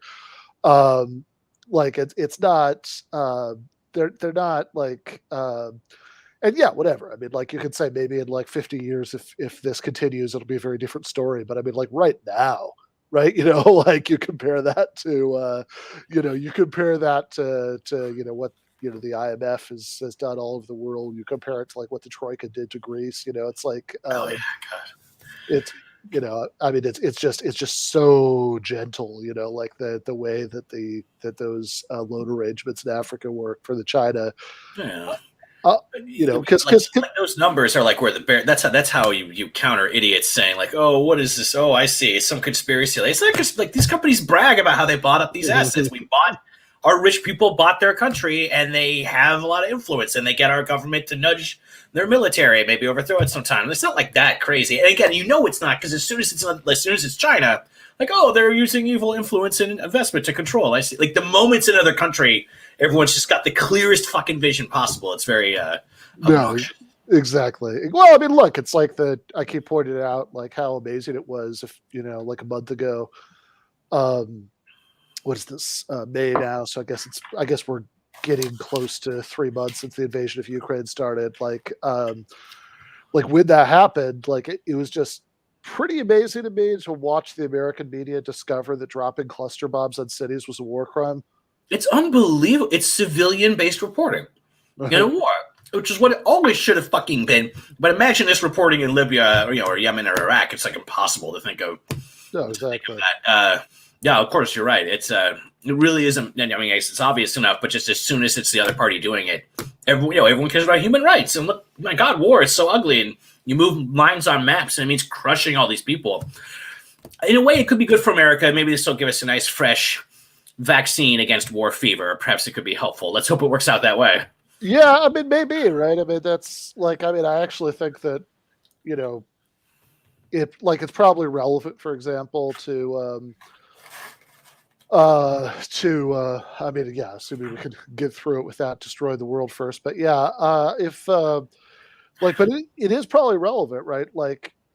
I thought for a long time that maybe part of the reason why, the anti-war movement in 2002, 2003 was so much bigger in the UK than it was in the US is that, when like British people saw like reports about like, oh, don't worry, they're just doing like, they're just doing like very well targeted, tactical bombing as they blitz this country, right? There's some not very distant historical memories there of being on the other end of it, and that could have helped some people, kind of see through that. But I did just want to say real briefly on Bay of Pigs, like what actually happened there is, you read, if you read stuff like those Robert Caro LBJ books I just went through, like is, essentially, the generals and the spooks like lied to Kennedy about it, right? They said like, oh, don't worry, right? Like all you, like all we need to do is land this Cuban exile army in Cuba, and and like, you won't need to do anything; it'll just topple, right? And then they expected, I mean, they knew full well that wasn't going to happen. But they expected that when it happened, under the pressure of events, he would like actually start a major American war there. And then, I mean, they were like outraged when like he did it, right? He was like, what the hell, man? Like, I thought he was like, look, this was never what you told me, right? This is like, our plan to rope you into this giant war. Like, what the hell? Yeah, it's like, well, no, you just lied to me and it didn't work out, so I'm not doing it, right? Like I did what I agreed to, but and whatever. I mean, like JFK, who's certainly no pacifist, for example, tried to assassinate Castro many times in collaboration with the mafia, etc. But like, but I mean, he was I mean, like much the same way that lots of people wanted Biden to set up a no-fly zone in Ukraine, and he would do it, right? I mean, like there are these like differences and levels of intensity, between different people who are on the same side, like and like whatever. I mean, the same way that like in the Cuban Missile Crisis, right? There are lots of people in this, Soviet higher ups who are like outraged at Khrushchev for folding, at the end. I mean, it's like, yeah, you're obviously going to get divisions within a certain side about like how far to push it, right? Like, are we here's a goal that we all have in common, but what are we willing to do to achieve it, right? Are we willing to start a major war, like like we could do like what Vietnam would become, but in Cuba, or is that too much for the sake of the prize, right? I mean, are we willing to set up a no-fly zone and risk the end of all human life, or is that too much, right? And it's like, yeah, so obviously you are going to get these tactical and strategic divisions, and like people who are willing to be more militant and just roll the dice on like these really potentially disastrous things, and people are going to be more prudent about it.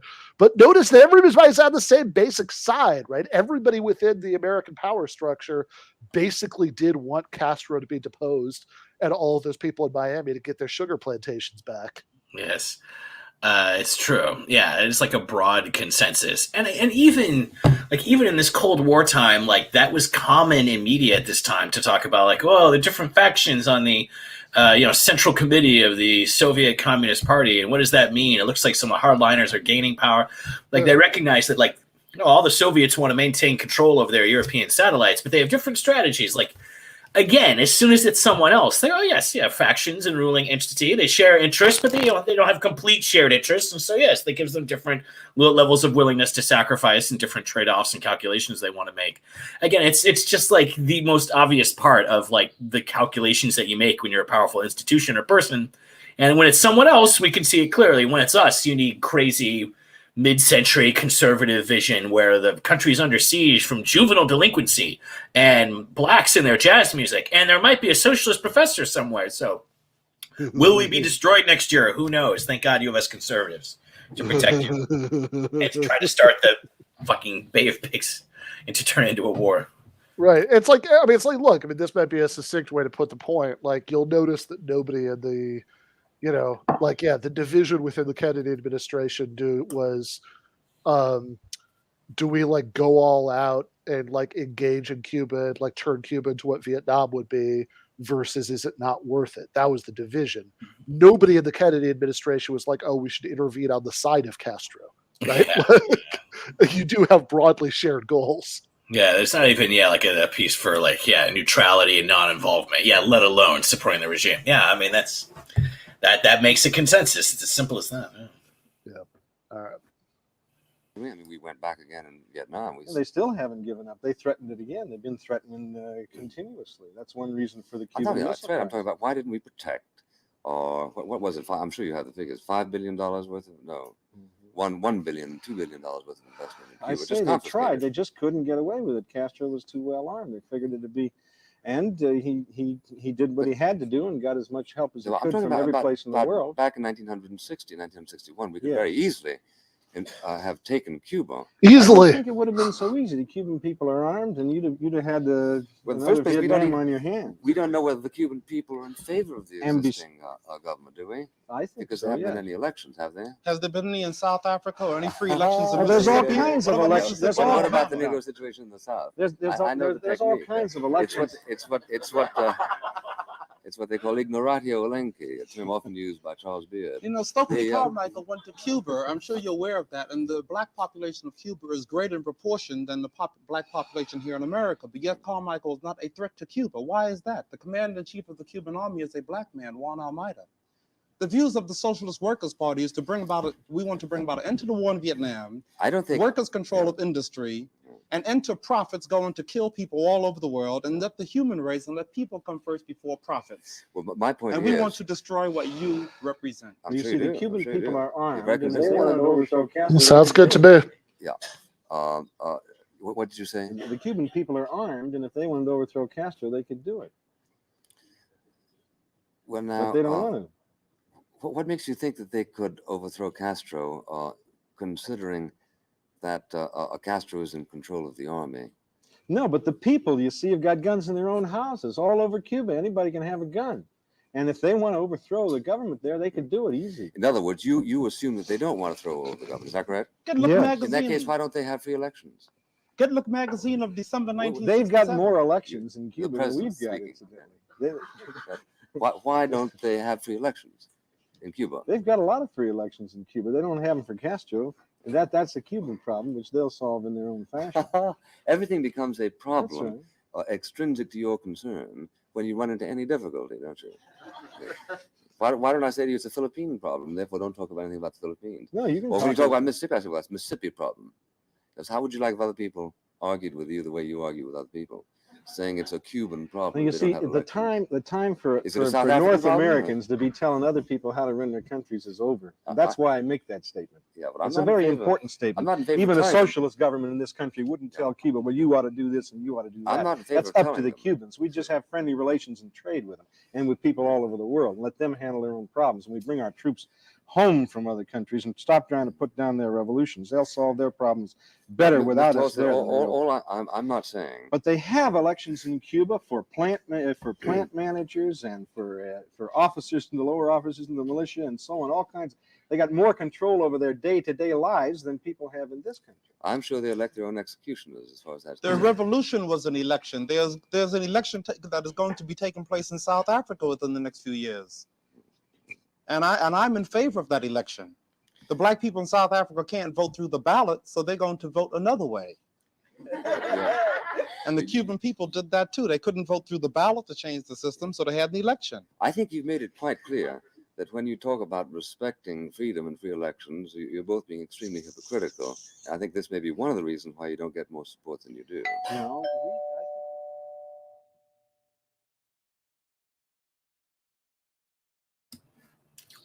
Yeah.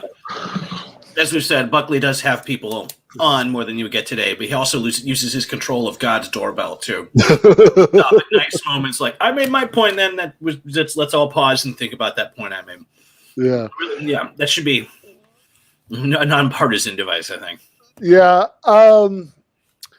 So, okay, on the one hand, I do think that the SWP was a little dewy-eyed about, about Cuba, and I think you can take a more balanced view of the Cuban Revolution and acknowledge the many very real benefits of that happened as a result of it.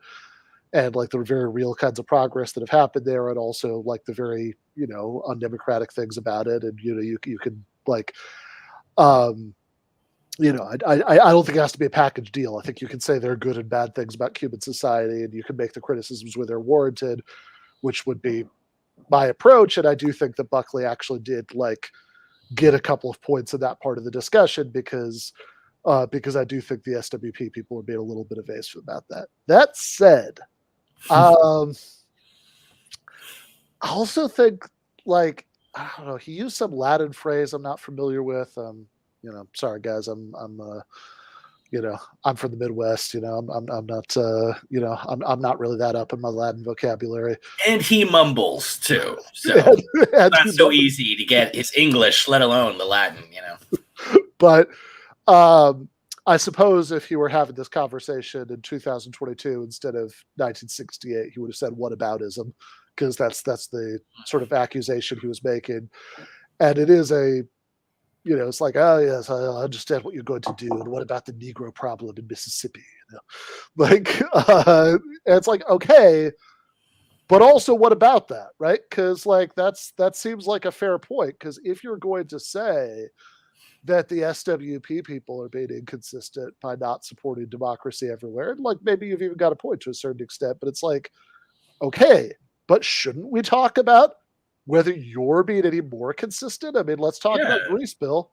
Yeah, like if anything, what they can say to Bill here is like, yeah, you know, we might have some inconsistencies. You know, we're only human. All of us, you know, have one or two ideas that, you know, don't fully align. It happens. I mean, we should be like you. We should be consistent in our opposition to democracy. We should be like you. You know, I don't want it for the Southern blacks. I don't want it for the African blacks. I don't want it really even for most white people. It should really just be a oligarchic thing run through a you know, small council of investors and wealthy families that are senior in the WASP community, like myself. Like that's a tack you can take. I mean, like, at least we're mostly supporting them. At least we support most. If we have its, then, you know, maybe that's our problem, sure. But like we support a lot more democracy than you. So this whole, like, you don't support democracy, like, don't pretend like you care if we stumble in that journey. No, exactly. And no, I don't think he was saying tu quoque. I that much I know, but it didn't sound like that. Although, as Rob points out, he does mumble a lot, so it's possible that's what he was trying to say. I have no idea, but in any case, yeah. Look, I mean, I think that if you want to talk about democracy, yeah, you should, sure, you know, Cuba can be part of that discussion, but, you know, South Africa and Greece and, you know, the Dominican Republic, which I think in 1968 had a military coup that, you know, that LBJ supported, you know, by the time this happened.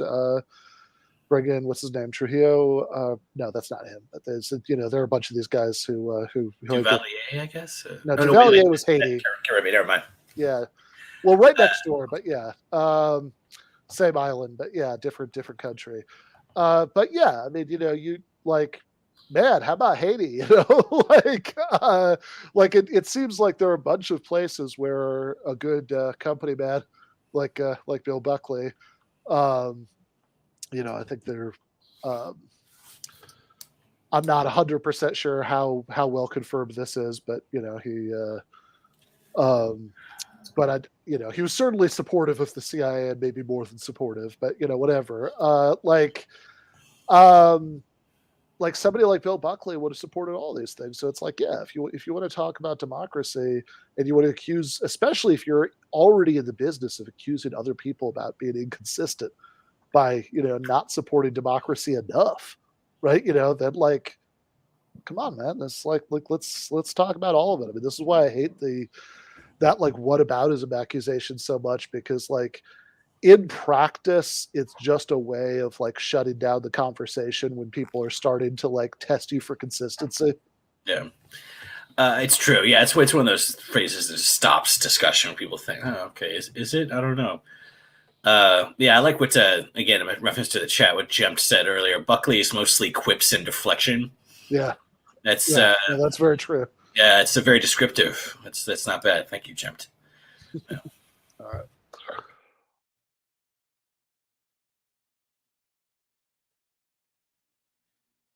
Cigarette ad, cigarette ad. Don't forget to buy asbestos for your child's bedroom. and we're back. You were saying, Mr. Holson, I'm sorry.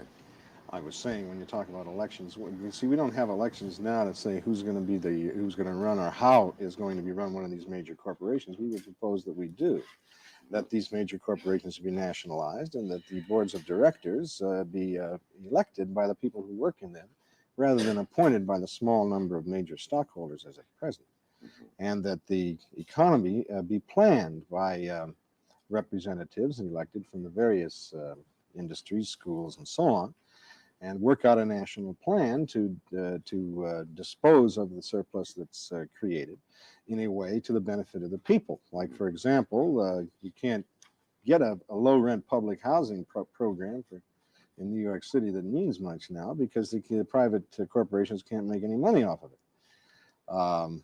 Instead, we spend this $30 billion a year in Vietnam. There's no reason why that can't be spent here to solve the problems of our central cities. But I don't think it can be done without a planned economy and without democratizing the monopoly situation that we've got now. What kind of a society do you approve of? The Soviet society, notwithstanding your dogmatic differences with straight communism?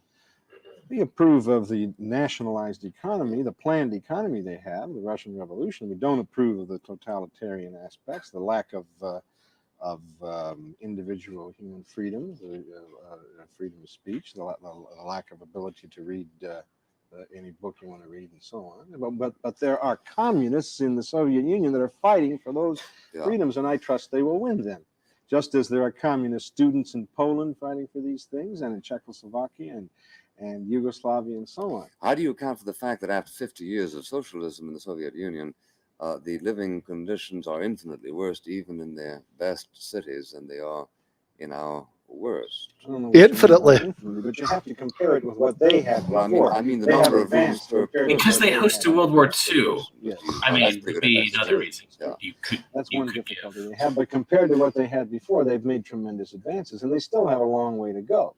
Not only economically, but also politically. They've got to overthrow that bureaucracy and institute some individuals. How do you account for the relative growth of West Germany over against East Germany during an exactly equivalent period? They both started roughly at the same point, right? In shambles. Or don't you account for it? No, you can account for it by a lot of things. For one thing, East Germany was the agricultural section. It wasn't as advanced to begin with. Prussia? Prussia was agricultural section? Yes, it was. Prussia, precisely Prussia. But incidentally, a section of Prussia they gave to Poland, but that's another question, as you know. You're saying that East Germany has been traditionally agricultural, not industrialized. It's less industrialized to begin with than the West. But of course, there were other reasons for its backwardness. One was the political backwardness of the Ulbricht regime and so on, and such abominations as the Berlin Wall, etc., which I'm not in favor of. Which you think hampered East Germany? Yes. I don't think so. I think it helped them very much. Well, I think it kept people from fleeing from socialism. That's at such a rate. That's the reason they put it up. But you see, Castro doesn't have to put up a wall to keep people He's out got of the there. sea. No, he lets them out. Yeah. They can get out anytime they want. Sure. All they have to do He is get on negotiates the with the list, United raise $800 and fly to Madrid. No, they've got a port there which he negotiated with the United States to have boats come in. You see, Yeah. it was the United States which cut off travel to Cuba, not the other Why way do you want to around. come to the United States? Not the other way around. You were saying That's one thing the Cuban Revolution definitely did, which anybody can. It opened up immigration openly to the United States. The United States, of course, has the highest standard of living of the Western Hemisphere, and there's always a tendency among people to want to come to the country with the highest standard of Are living. you aware that we never had a quota system in the Western Hemisphere? Austin. That is not so. That is so. That is not so. There's been a quota system here, even against Southern Europeans and against. I said in the Western Hemisphere. There was Well, I'm talking about America. I know America has never had a quota system Oh, yes, for it has. residents of the Western Hemisphere. For residents of the Western Yeah, Hemisphere. in fact, that's what I said. Yeah, but they can't simply come in. They can't simply come in. It's not that easy. You have to have a job. You have to have a job. That's quite certain. You can't otherwise come in or presume everyone would. But I think America's America had, yes, right. But America's had discriminatory laws, though, against Southern Europeans and non-whites Right. coming in. Okay. Another reason why a lot of them left was the same reason a lot of people left the United States when we had our revolution. There are some people who just don't like a revolution. I don't think those Some people don't like misery. They don't like to have their wealth and their privilege interfered with by a revolution. That happens, 200 or 300,000 people left the original 13 colonies and went to Nova Scotia and places like that. In our revolution, a much higher percentage of the population than left Cuba. Yeah. That's inevitable. Got him. I have nothing personally against those individual people, but I know that, like, for example, the pimps and those kind of people, they left Cuba. I had in mind only the 2 or 3 I happen to know. One of them was not all day people. laborer, and one of them was a cook. Don't get me wrong, they're not all pimps. Ms. Patel, you were saying. Yes. Now, when you were asking Mr. Halstead to account for the fact that in Russia the living standards you felt weren't as high as they should be, or in comparison to here, and how does he account for that? How could you account for the fact that 103 years after the Civil War, there's about 7 million black people living in poverty? Also account for the fact that in the last 7 years in this country, I think we've had the gross national product has been soaring until I think now it's almost $830 billion, which is more than a lot of other countries combined. And yet you have millions of Americans that are literally starving throughout Mississippi, Alabama, black and white. So much poverty and unemployment that exists here in this country. Look at the American Indians that have a lifespan of from 35 to 40 years. And as a matter of fact, last June, I had a chance to address and be part of a meeting for a brief time of Iroquois chiefs on the Onondaga Indian Reservation in New York. And they would like to have immediate withdrawal too. They'd like to see some withdrawal from captured nations. If you're so concerned about withdrawal, I'm sure that the American Indians would like to see some withdrawal too, because there's a lot of Indian nations here that had their land stolen from them. And you are representing a system that committed robberies and atrocities and horrible tortures. That stole 3 million square miles of land. Okay, the Indians went back. We have a cue here.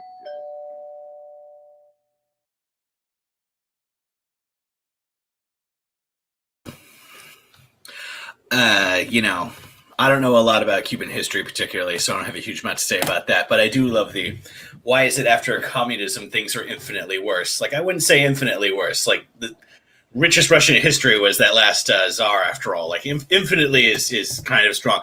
And, because of how they graciously hosted World War II. I mean, they was in World War I, and then everyone in World War I fought them. That's relevant. That's going to taint the data in your experiment. That's what we'd say if we were like actual scientists here. Well, no, that's relevant. That is for sure. I think that, and also, like, okay, so, I do think that, like, the failures of the Soviet model of central planning, are real and should be acknowledged, everything else. But it's like this idea that, like, this is a system that's made everybody infinitely worse off. I mean, the word infinitely is great there, but, like, even putting that aside, right? Like, that this is something that's made everyone everywhere who's ever implemented definitely worse off. It's just, they were just talking about Cuba.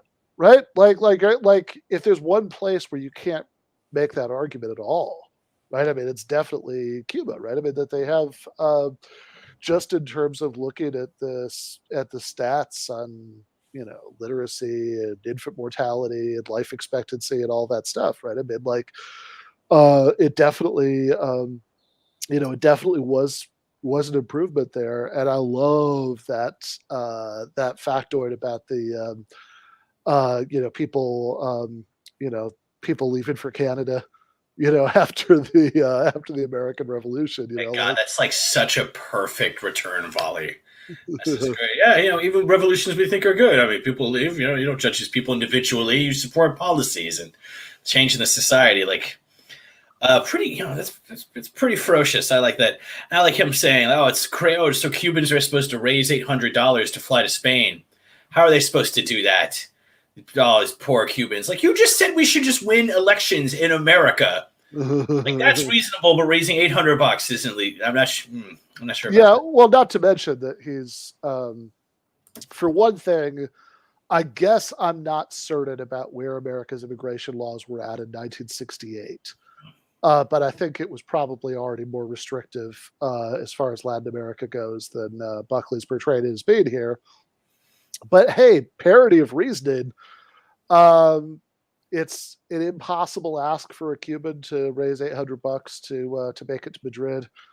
but it's perfectly reasonable that, like anybody elsewhere in Latin America, could do whatever they, like go through whatever they have to do to go, to get to the United States. Yeah. Very strongly motivated reasoning here, inspiring, and all this stuff comparing East to West Germany. I mean, one country got one half got the Marshall Plan, and Saxony, not famous for being industrial the way that like the Rhine and Ruhr valleys are. It's very disingenuous. Like, no, there was industry in Prussia. Like, yeah, but we all know the western half of the country is industrialized. It's just such a every time we watch Buckley, it's such a crazy thing. He's a very learned person, and I believe it's true.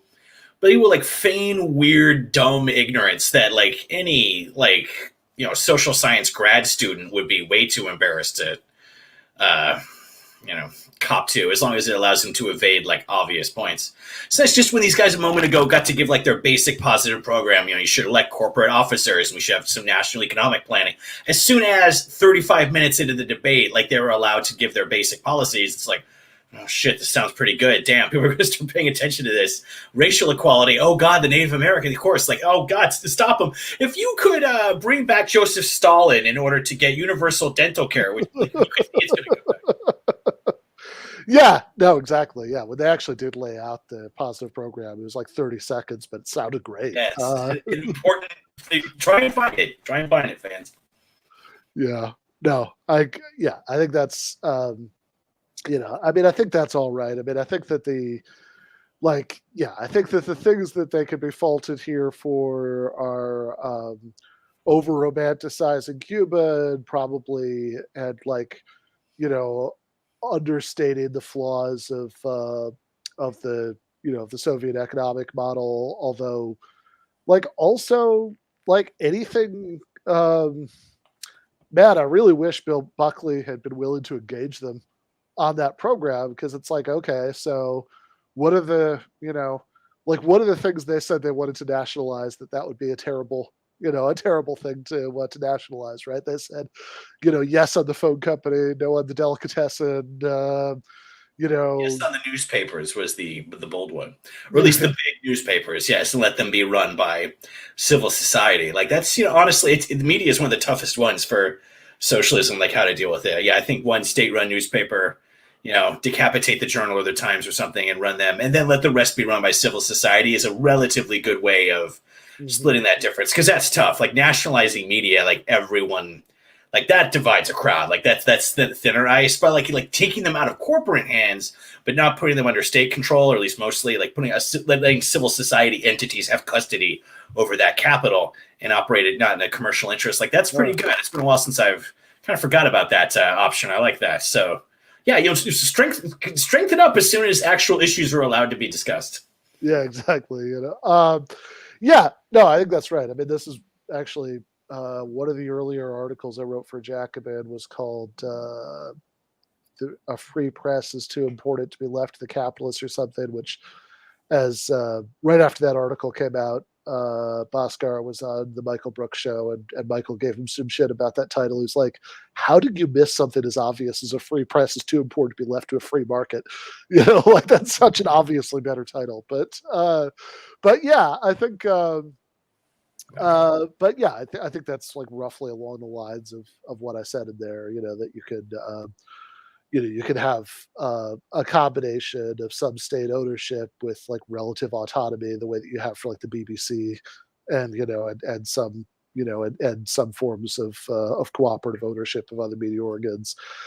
But yeah, no, I think everything they said, like, again, I think there are like legitimate criticisms you can make of some of the foreign policy stuff, although I mean, the basic foreign, although that's also getting a little nitpicky, because like the basic foreign policy thing they're advocating is the United States should like stop stomping around the world, trying to like crush other people's revolutions.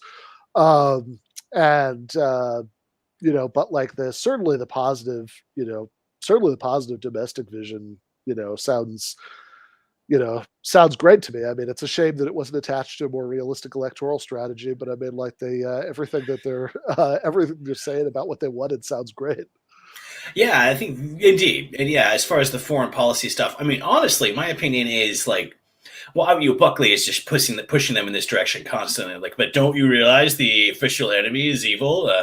Like, you want to keep it on like what you want to do in the country, and partially because I mean it's just more natural terrain, and Americans sort of know what's happening in their country. But honestly, once you mention more than 2 or 3 countries, like I honestly think it's hard for Americans to like follow what's going on. Like, no one knows where countries are. Half the country think Israel and Palestine are Arab countries that fight. Like, just the more you're bringing up countries, and I mean, this sounds fatuous, but I actually kind of think this. The more America doesn't know any maps, Like, the more you bring up countries, the more people go like, "What? Which one is? Oh God, I'm so tired. What's going on in Game Show Channel today?" Like, it's just that's fine. That's obviously outside these gentlemen's control. That's just a vague socialist argumentation. No, I mean, but that is true. It is very, very hard to get Americans to focus and care about anything that happens anywhere else. I mean, that's part of why the the turn towards after the after the war in Iraq turned to shit, the turn towards drone warfare was so brilliantly evil, because it's like if you don't have like large numbers of Americans dying somewhere, man, good luck ever getting the American public to pay attention to it. Yeah, indeed. And now, you run it through, a video game console that can kill people. Now you'll never have big numbers in the hundreds of troops getting killed anytime soon. God willing, anyway. Yeah, no, I mean, sure, for sure, but like it does make it like, I mean, look, I will praise somebody whose politics, other than this, I disagree with, right? And say like, friend, Dave Smith, like, God bless him, he's always trying to get people to care about like the Saudi war in Yemen, and it just like it's just such an uphill battle, because like, this is, I mean, people living in, relative security within the borders of the world's reigning hegemon, like just like, wait, Yemen? Is that one of the ones in I don't know. Right? Like, I mean, that's kind of the reaction. Yemen? Oh no, yeah, it's so difficult. And again, it's really brutal too. Because we should move on. Like last thing I think of about this, like it's so hard, to get penniless Arabs in the poorest part of the Middle East, in Yemen, couldn't get people to be unhappy about what we did in Libya, let alone Iraq. But as soon as Russia goes into Ukraine on equally war criminal grounds, you can't help but notice that part of what's affecting everyone's interest is that it's like sweet white people with big, pretty blue eyes, and they get to be held, carrying their cats out of the evacuation zone to melt all of our hearts and our love for our little cat. Yeah, because God knows nobody in Baghdad had a cat. God, it's brutal. Yes, I don't know. I just wanted to refer to that. No, I mean, for sure. I mean, look, even George W. Bush has had some odd flarings of consciousness with his Freudian slip. Oh my God, that was just that broke everyone's brain for a whole day, but certainly including mine. God, he just. Oh God, that guy is that material still kills. We brought down the house again. The guy still got it, Yeah. No. Haven't been so many laughs since the White House Correspondents' dinner where he was joking about looking for. Yeah, like every 20 years, he has like one perfectly earnest moment and goes, "Oh, what happened there?" Like, oh. Yeah, no, exactly. It's like, it's like in his strange childlike innocence, he's like, "Oh, wait a second, could that have been bad when I destroyed that country?" Yeah, whatever. All right, moving on. No. Lots of people are prepared to tell me I did a good job. It's okay. Yeah.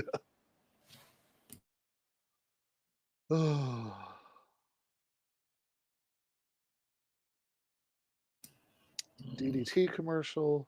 Don't forget to buy a wife from the developing world. They did that then, right? Probably. Probably. I'm just taking a wild guess. But... Ooh, long one this time. Yeah, seriously. What's the... Is that it? Is that? Oh, no, they came back. Okay, good. Oh.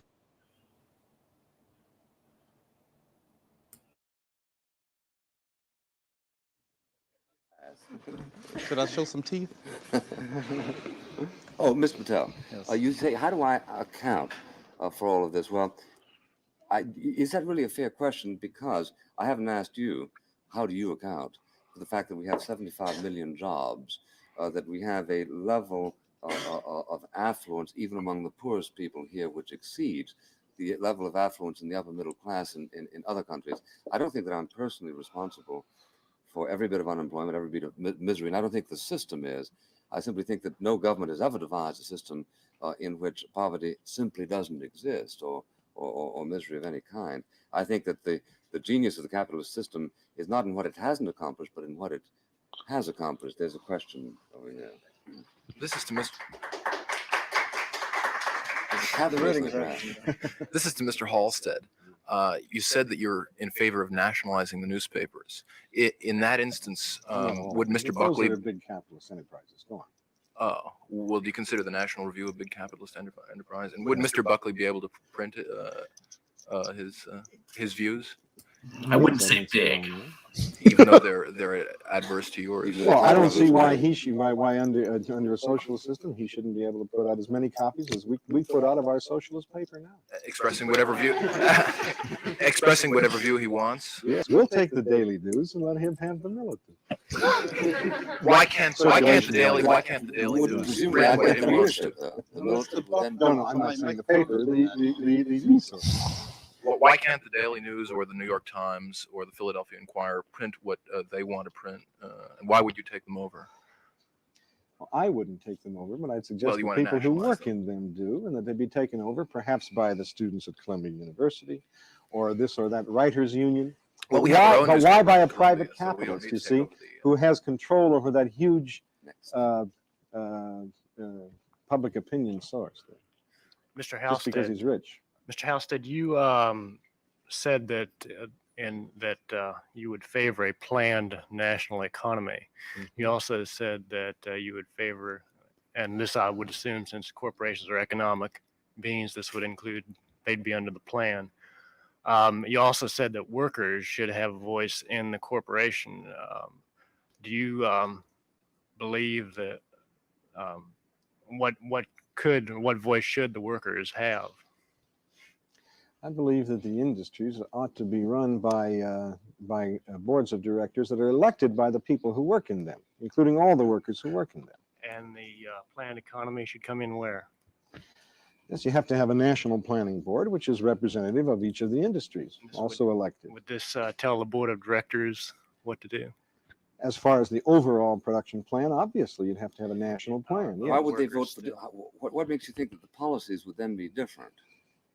Now, suppose you had a vote in Ford Motor Company tomorrow. What reason is there to suppose that the vote of the voters would result in electing somebody other than, say, Henry Ford? I'm sure that they wouldn't. You see, we wouldn't just vote to give the factory to Henry Ford and let him run it the way he wants to run it in his own private profit, but it should be run for the benefit of the people. Yeah, but then from whom would Henry Ford get the money to tool the plant up for new models? And from the laborers? Well, the same place they get it now. Oh no, but why would they put it up if they don't own any stock? It's publicly owned, you see. I see. Yeah. And the wealth comes from the same place it comes now. It's produced by the workers, by all of them, not just by a guy on the line, but by the intellectual workers as well. There's your question. Yes, one thing that seems to bother me about your party is that it's both socialists and workers. And it seems to me within the last 25 years that perhaps the big labor has become as much of a problem or a contributor to the inflation and the hardship of unemployed people as big business does. Doesn't this seem to make your position a little incongruous? Because organized workers go on strike and get higher wages, that hurts poor workers? No, well, it doesn't. The people who are out of work, hurts the capitalists who have to give them a raise. The thing costs a little bit more to those people who aren't working at all, or to housewife who may not be working and organized. Well, the problem is to organize the unorganized, which is true. The present leadership of the American labor movement is very conservative and hasn't done its job in that respect. Yes, sir. On the event. Did just want to momentarily pause on the part about inflation, since obviously that's very topical right now and also a subject I know you have a lot to say about. But I would just say that in terms of the connection between those two subjects, labor organizing and inflation. There's a good, I think Hadass Tier, maybe, if I'm remembering correctly, might have written about this for Jacobin a while back, that, there's a sort of key moment in, I want to say the 40s, or maybe even the I think late 40s or early 50s, when there were like a bunch of auto strikes, like kind of back to back, right? It was like a really militant period for that. And this really tantalizing, what could have been moment that happened there is that as the UAW was like getting more assertive about its demands, since it was in such a good position at that time, one of the demands that Walter Reuther was pushing at that point was that the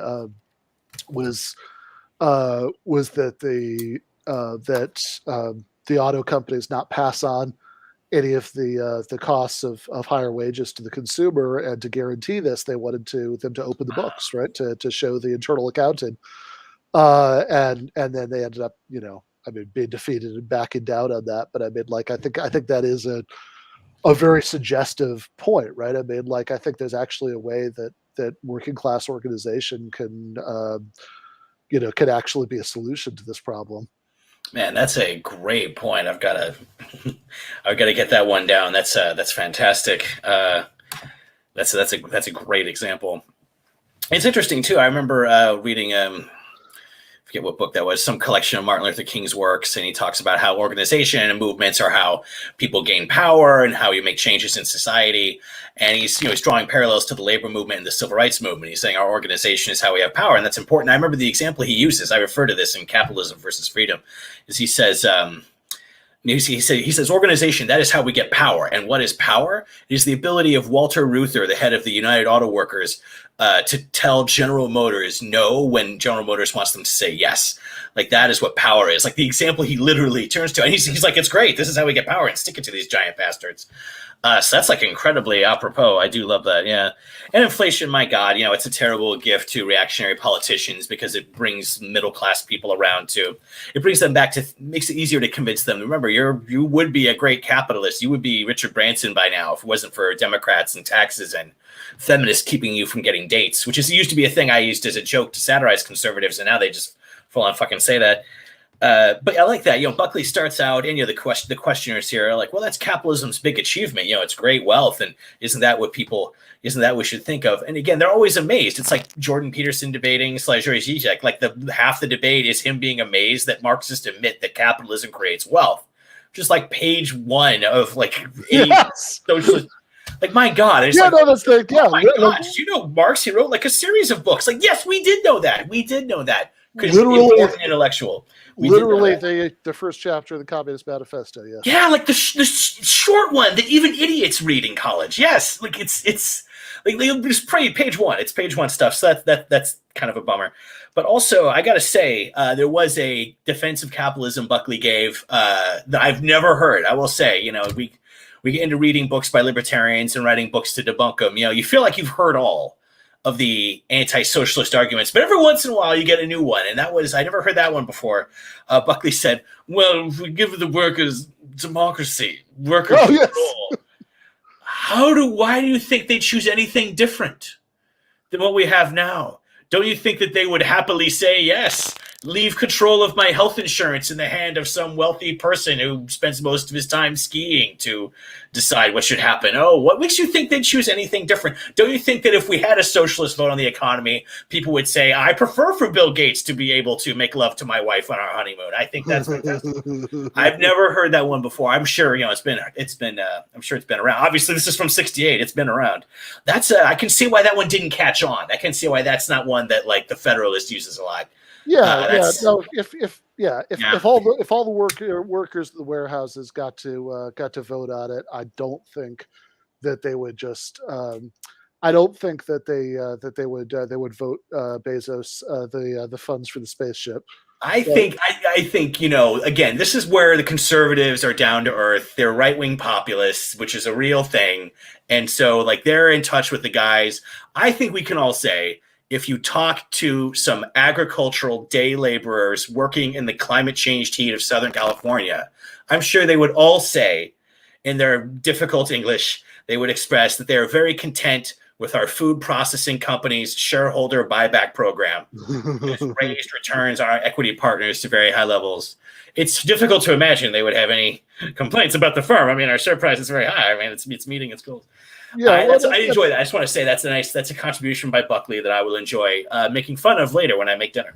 Yeah, right. I mean, also like, okay, I guess 1968. You know, I'm not too up on my Basque history. You know, I don't know if Mondragon was around yet, but like, but you know, more recently, right? I mean, this giant, you know, worker co-op, Basque Country in Spain. Like, you know, the maximum, like we do actually have some empirical evidence on this, although I think it should be pretty obvious a priori that when workers get to elect managers and vote on wage scales and all that stuff, you don't in fact get something that looks exactly like what you had otherwise, right? Like, you know, like you get, you know, like the maximum differentials, and this is like, you know, Mondragon having to compete with like regular Spanish companies for, you know, managerial technical talent. But even so, I mean, the maximum differentials are what, like 15-1 or something. And like even in Spain, like the regular differentials between workers and CEOs is like 200-1. Like it's like, yeah, no, like, yes, you're going to get much flatter distribution if everybody gets to vote on it. Like that seems pretty intuitive. Yes, but, that's a great one. That's, oh my God, that's so dumb. Yeah.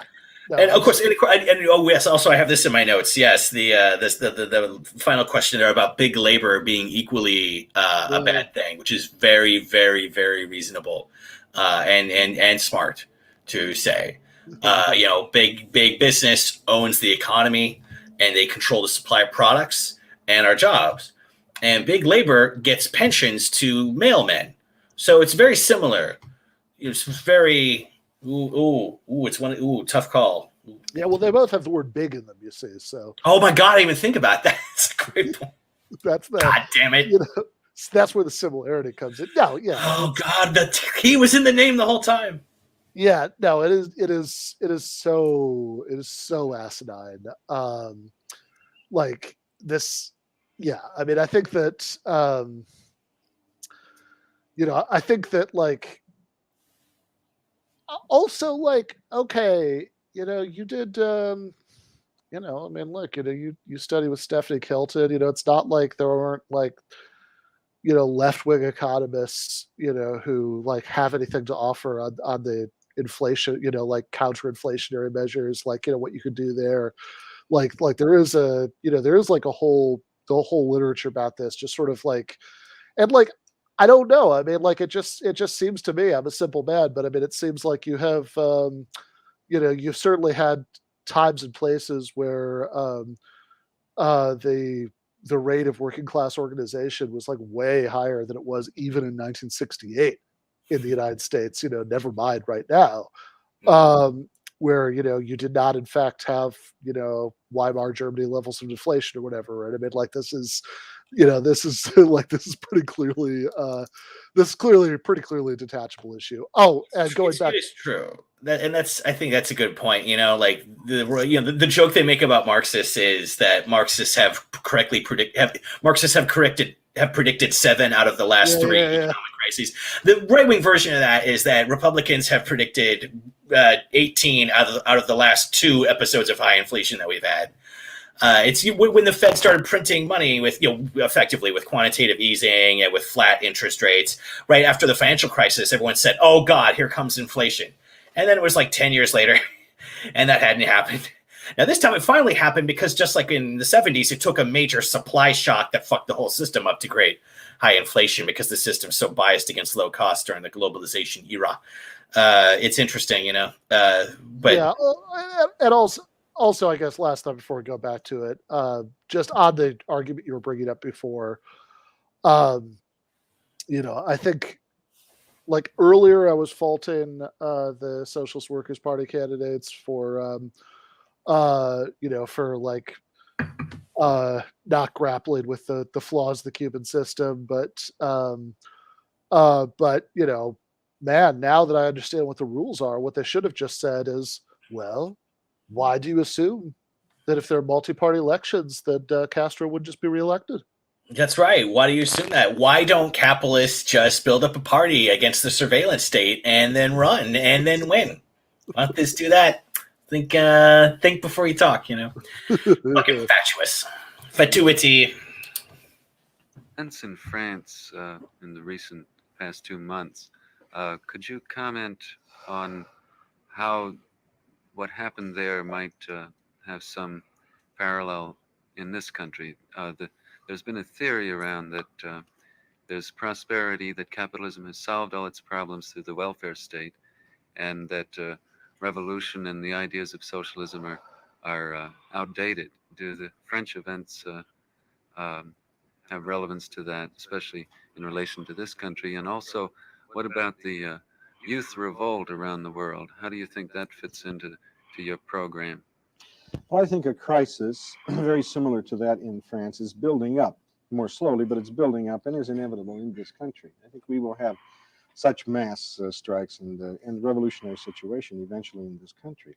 One of the reasons is because the inflation and the workers, although they have a relatively high standard of living compared to some other places in the world, are not satisfied. The government figures now say that a family of four needs $9,000 for a modest but adequate standard of living. Even the average wage of a skilled worker is not near that, and they have to make it up by extra overtime and so on. This is building up pressures in the unions and so on, which will eventually burst forth, and possibly connected with the student revolt, which we see in this country as well as in France. Now, you said that the election proved that the French people are not for a fundamental social change. Proved nothing of the kind. For one thing, de Gaulle's party... I said that the election repudiated the rioters, that Mr. de Gaulle went back in and diminished the size of the radical parties. No, the election repudiated to a certain extent the the Communist Party, which refused to side with the revolutionaries there, and which took a very conservative position, a position very similar to that of George Meany in this country. And that's a problem which the workers there will have to overcome. That is the problem of that particular leadership. But those elections, on the face of it, in the first place, they were not insignificant. I don't want to say that, but on the face of it, they were not fair either. De Gaulle gets 45% of the vote, and he ends up with 80% of the seats, and he wasn't even at stake in the situation. No, that election did not solve the fundamental problems, and you will find that the workers will once again be struggling for their economic interests, as well as the students there. That situation is not over in France by any means. If I may say so, it seems to me that one of the things that we're seeing now, and I agree with you that we're in for a great deal of turmoil, is the notion that by political means we can achieve what we can't achieve by economic means.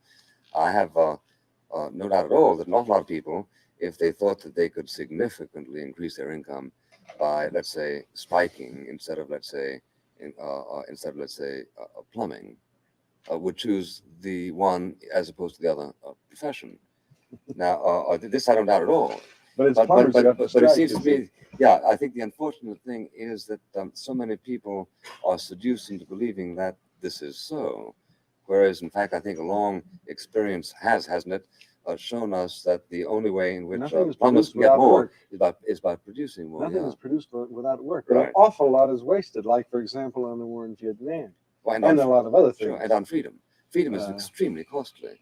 It permits you, for instance, to wear a different kind of suit from How do you know? You've never been interested in freedom, so how do you know the cost of freedom? Oh, but I have. You see, the What point type is of that I freedom? understand it. Yours, for instance, which is why You you're are? here. That's why you're Oh. here. There's no other reason I can think How of. do you account for the fact that... You're not fighting for freedom.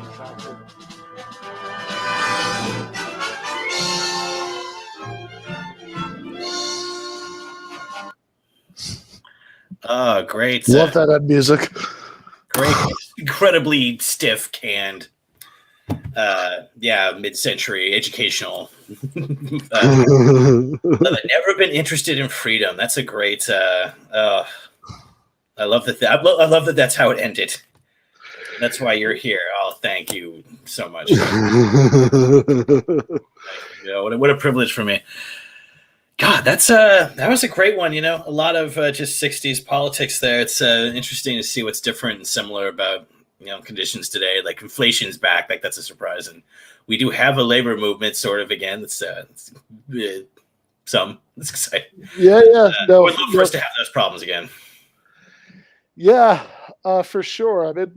Obviously, I guess the big L for the SWP people was the revolutionary optimism at the end, right? That of course what actually happened was that we went into instead of having an American version of May '68 in Paris, we had the student movement, largely going away, after the end of the draft, and then we had like several decades of deindustrialization and defeats for organized labor and all of that stuff. So that sucked. I'd much prefer to live in the world that Fred Halstead thought we were going to live in. that timeline sounds great. We should, get onto that. I know. Those can be painful moments, but it's on the other hand, the right certainly degenerated a lot mentally. Perhaps that could play into our favor in time. Intellectual debate only matters so much in the United States, but I don't know. It's there's definitely an interesting fluid condition that we're in. There's clearly some form of left-wing renaissance happening now. We're entitled to have a little bit of hope, I suppose.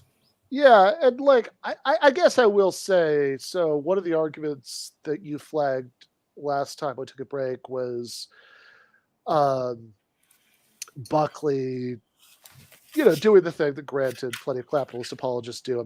Watch the Zizek Peterson debate from 2019. Peterson's definitely doing that there of basically saying, I'm not going to do a Canadian Kermit the Frog accent, but saying, why, hey, capitalism has generated all this bounty, right? As if socialists didn't know that. This is exactly why, certainly Marx and Marxists have always thought you can't just leapfrog straight from from feudalism to socialism, right? You need this intermediary period of capitalism to build up the industrial machinery to create all of that bounty that then in fact creates the possibility of a more egalitarian system that could distribute it better, right? For that's luxury gay space communism. Yeah, exactly. So but I will say that even though you do still have your Jordan Petersons, whatever, who talk like this, thinking about the way the right has changed, the way Buckley talks about poverty is super complacent, right? He's like, look, I don't, instead of faulting capitalism for, what it hasn't done, we should just praise it for what it has, right? It's not my fault and it's not the system's fault that, that it continues to generate abhorrent levels of economic inequality and keeps many people below a reasonable standard of living, even with, even in the side by side with that level of prosperity. But I've got to say, one thing that does strike me about the last several years is that a lot of the right wing in America has really shifted tone, right? They don't sound like Buckley anymore, right? They sound like, I don't know, Huey Long, Father Coughlin, this kind of old timey griftery, populace. Yeah, neoliberalism detached productivity from pay, and debt rose and conditions got shittier for the working class and bigger parts of the middle class, and becomes more like, if you're a good grift, if you know how to tack into the winds like Limbaugh, like the other people who kind of led the right in its new incarnation, it's like, no, it's hard it's no longer great for Americans out there because of great America. It's hard for Americans out there, not because of our fucked up neoliberal capitalism, because we gave money to poor black mothers on welfare. That's Where do you think your health care went? So that some poor mother somewhere got food stamps. That's where it went. There's no money. There's just no money in this country. We don't have it. Like that. That was the big change in tone. It's tough for Americans out there, and some vague elites. Media elites or Democrats, whoever's not actively on the right. Like they did lose that tone. That is you're right. That's very Cold War conservatism there. That's I don't know who pushes that anymore. Yeah, except like you're never Trump Republicans in there. Wildlife preserves that maintain that species so it can continue to exist. Yeah, exactly. No, totally. I think that now they've definitely they'll talk about the vague elites. There's a lot of it's really the whatever. I mean, everything's all like I was thinking about this the other day because I just wrote something for the Daily Beast about like calls for internet censorship following the murders in Buffalo. And, one of the points I made in there is like, I don't think that's going to get it done because I don't think that like, if you want to diminish the influence of this like xenophobic, replacement paranoia, I don't think you're going to do that by censoring the internet because realistically, who's going to get censored? I mean, like some like oaf who like puts out some really crude, unfinessed version of it, right? Yeah. They'll get censored, but like, nobody's censoring Fox News, right? I mean, like that's not, that's not going to happen, right? Like Tucker Carlson's mainstream, and he talks about the Great Replacement. I mean, that's exactly. No internet's going to like regulate like Tucker Carlson. Like that's like no one's putting that on the table. No, that's absolutely not happening, right? So it's like I think if you want to, I mean, instead of like throwing away what few free speech protections we have left, which wouldn't even do it, right? I mean, I think like really you just need to have, I mean, I know this is much easier said than done, but like you just need to have a renewed and more assertive left that can,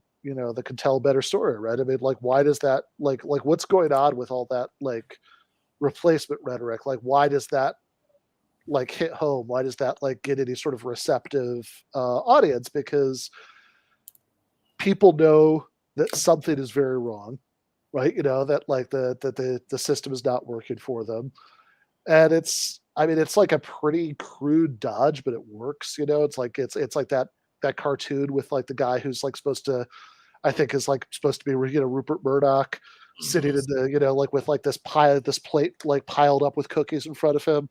And then there's like the white worker over here who has one cookie, and there's like a Mexican guy over here. Is like, hey mate, I think that immigrant wants your cookie, right? Yeah. It's like yeah. I mean, it's all just it's again it's pretty crude scapegoating, but I mean it's like unfortunately it's effective, right? It's worked for many years. I mean now we'll see how far it can go. This is an insane year for all the reasons we all know, but it's incredible. I mean, Republicans now, this is that kindergarten teacher with purple hair made your son turn queer. We will prevent that from ever happening. You'll never have a gay son again because of these lousy teachers talking kids into turning gay. They would. Like, I mean, it's like more and more desperate scapegoating, and the lists of crazy conspiracies gets longer.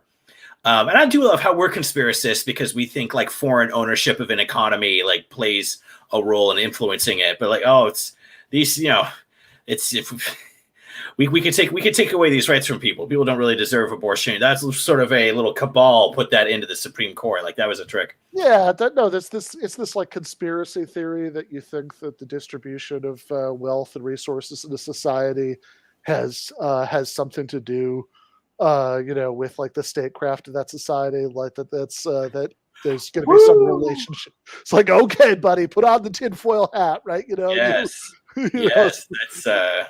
Clearly, I agree. Ownership brings influence. Exactly. It's implausible. I mean, Buckley can kind of get away with that that weird faux Ivy League folksiness. Like, I'm just trying to understand you. Tucker Carlson plays it better because he earnestly looks dumb and confused all the time. So I think it's more convincing in its way. Yeah, but it's anybody who has any kind of experience of reading actual right-wing ideas, like you'll see quickly. It's like we're saying, it's fatuous. Like this is an affectation. When you don't want to understand something, act dumb, and when you have a stupid opinion, act like you're super smart for it. It's also stage managed. It's like, look, because I'm not a conspiracy theorist. I understand that that George W. Bush and Dick Cheney and Condoleezza Rice were motivated by humanitarianism about the conditions in Iraq, and if like it happened to be this massively important global oil exporter, that has nothing to do with anything, right? I mean, like, this is like, it could have been anywhere. I mean, there's no despotic regime anywhere that would have let stand.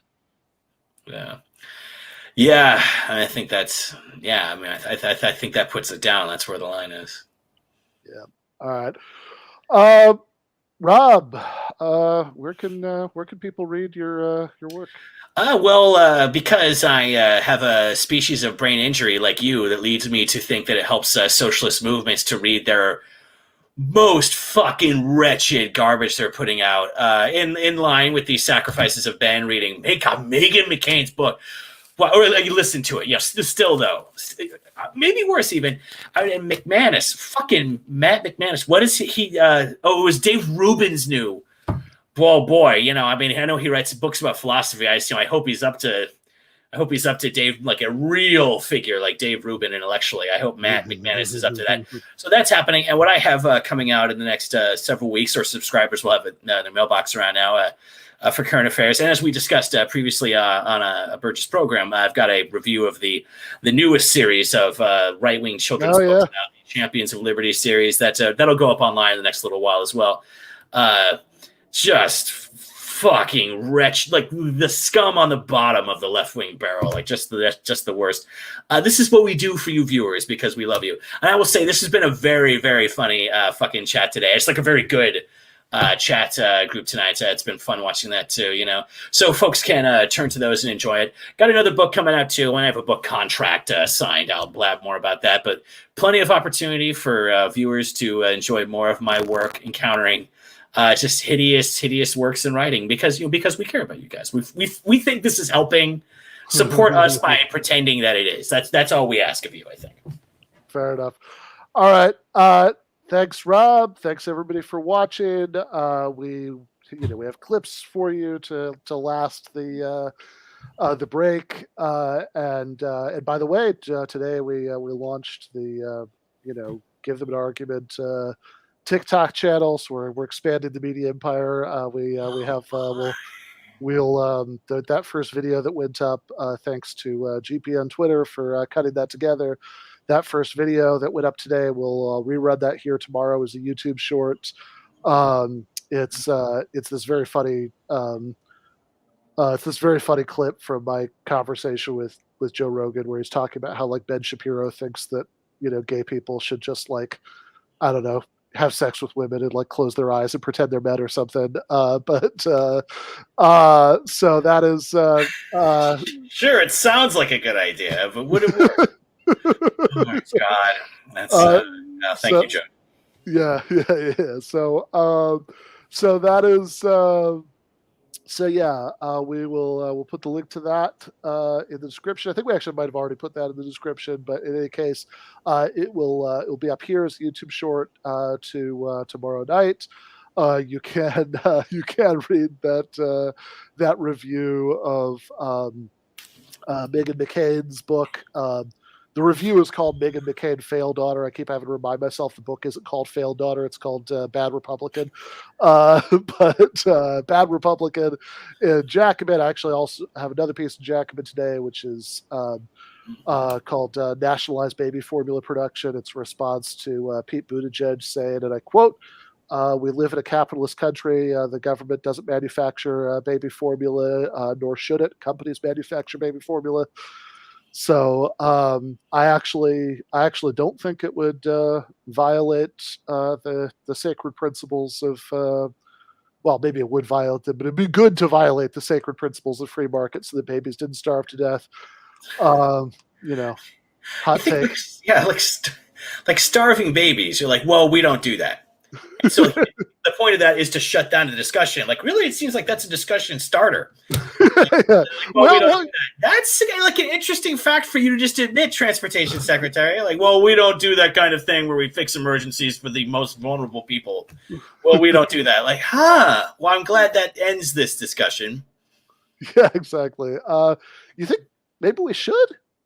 It seems like a thing we should do. How rich is? We're always bragging about how rich the country is. A $22 trillion GDP. That sounds like we would have some formula. Yeah, well, I actually did a little back of the napkin math in the article. The total value of the baby formula industry in the United States, the number I saw is valued at $363 million, which is a lot of money. $363 million, but by my calculation, granted that was 2019, and that was the most recent I could find for that. Most recent I could find for the military budget, I think, was 2021. That was $800 billion.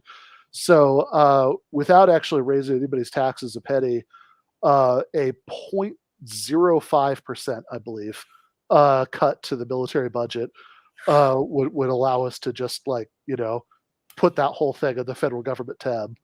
Oh man, let's 0.5. That's just like a tiny. That's not even skimming it. That's like a nick. That's nothing. Yeah, that's great. So, but also you have 2 articles on Jacobin now. That's nice. I need to embrace Burgis levels of productivity. I'm realizing that. Well, you have Rob has written quite a bit. Enough. It's been enough. So in any case, we are going to I mean, come on, what is this? Like, you're working on your 4th book or something? It is true. I mean, it's true. Yeah, but I have one article at a time. I'm not out of control like certain people. Well, this just kind of worked out this way. I did I actually did the Megan McCain review. I wrote that a few days ago, but it took a few days for it to work its way through the machinery of Jacobin's editorial processes. Editorial decision making decides this stuff. I guess I know that. And then it was late last night. I was going back and forth with Bhaskar about the baby formula edits because stuff kept happening that was relevant that we needed to talk about and whatever. So they just kind of. They did finally, the Buttigieg position, is, thank God, not the final word. They did last night. The Biden administration did finally fold to extensive bipartisan pressure and invoked the Defense Production Act, which means that they're at least directing private companies to make more formula. Although, again. Being the radical socialist that I am, I think you could just also just pay for it. So people, we didn't have to treat baby formula as a commodity. That's of all things, right? Yeah. To be treated as commodities. Emblematic of the most precious and just vulnerable of the society too. And it's funny too, because in economics we always draw as guns are butter and military is social spending. I can't imagine a clearer case than that, having to invoke the Defense Authorization Act to produce baby formula. That's not guns or butter. That's using gun machines to produce butter. That's how reliant we became on the guns. Yeah, no, exactly. This thing that we only enacted, for the sake of military production, is the one workaround to at least amp up production. Again, I don't think it would be a crazy idea that we could just, we could just add this to the list of things that you don't have to pay tuition, to send your kids to public schools. You perhaps, you could perhaps just get some baby formula on the house. But that's me. So anyway, all right. Well, we are going to cut it there for tonight. Thank you so much, Rob. Thank you, everybody, for watching. We'll be back in a few weeks. Left is best.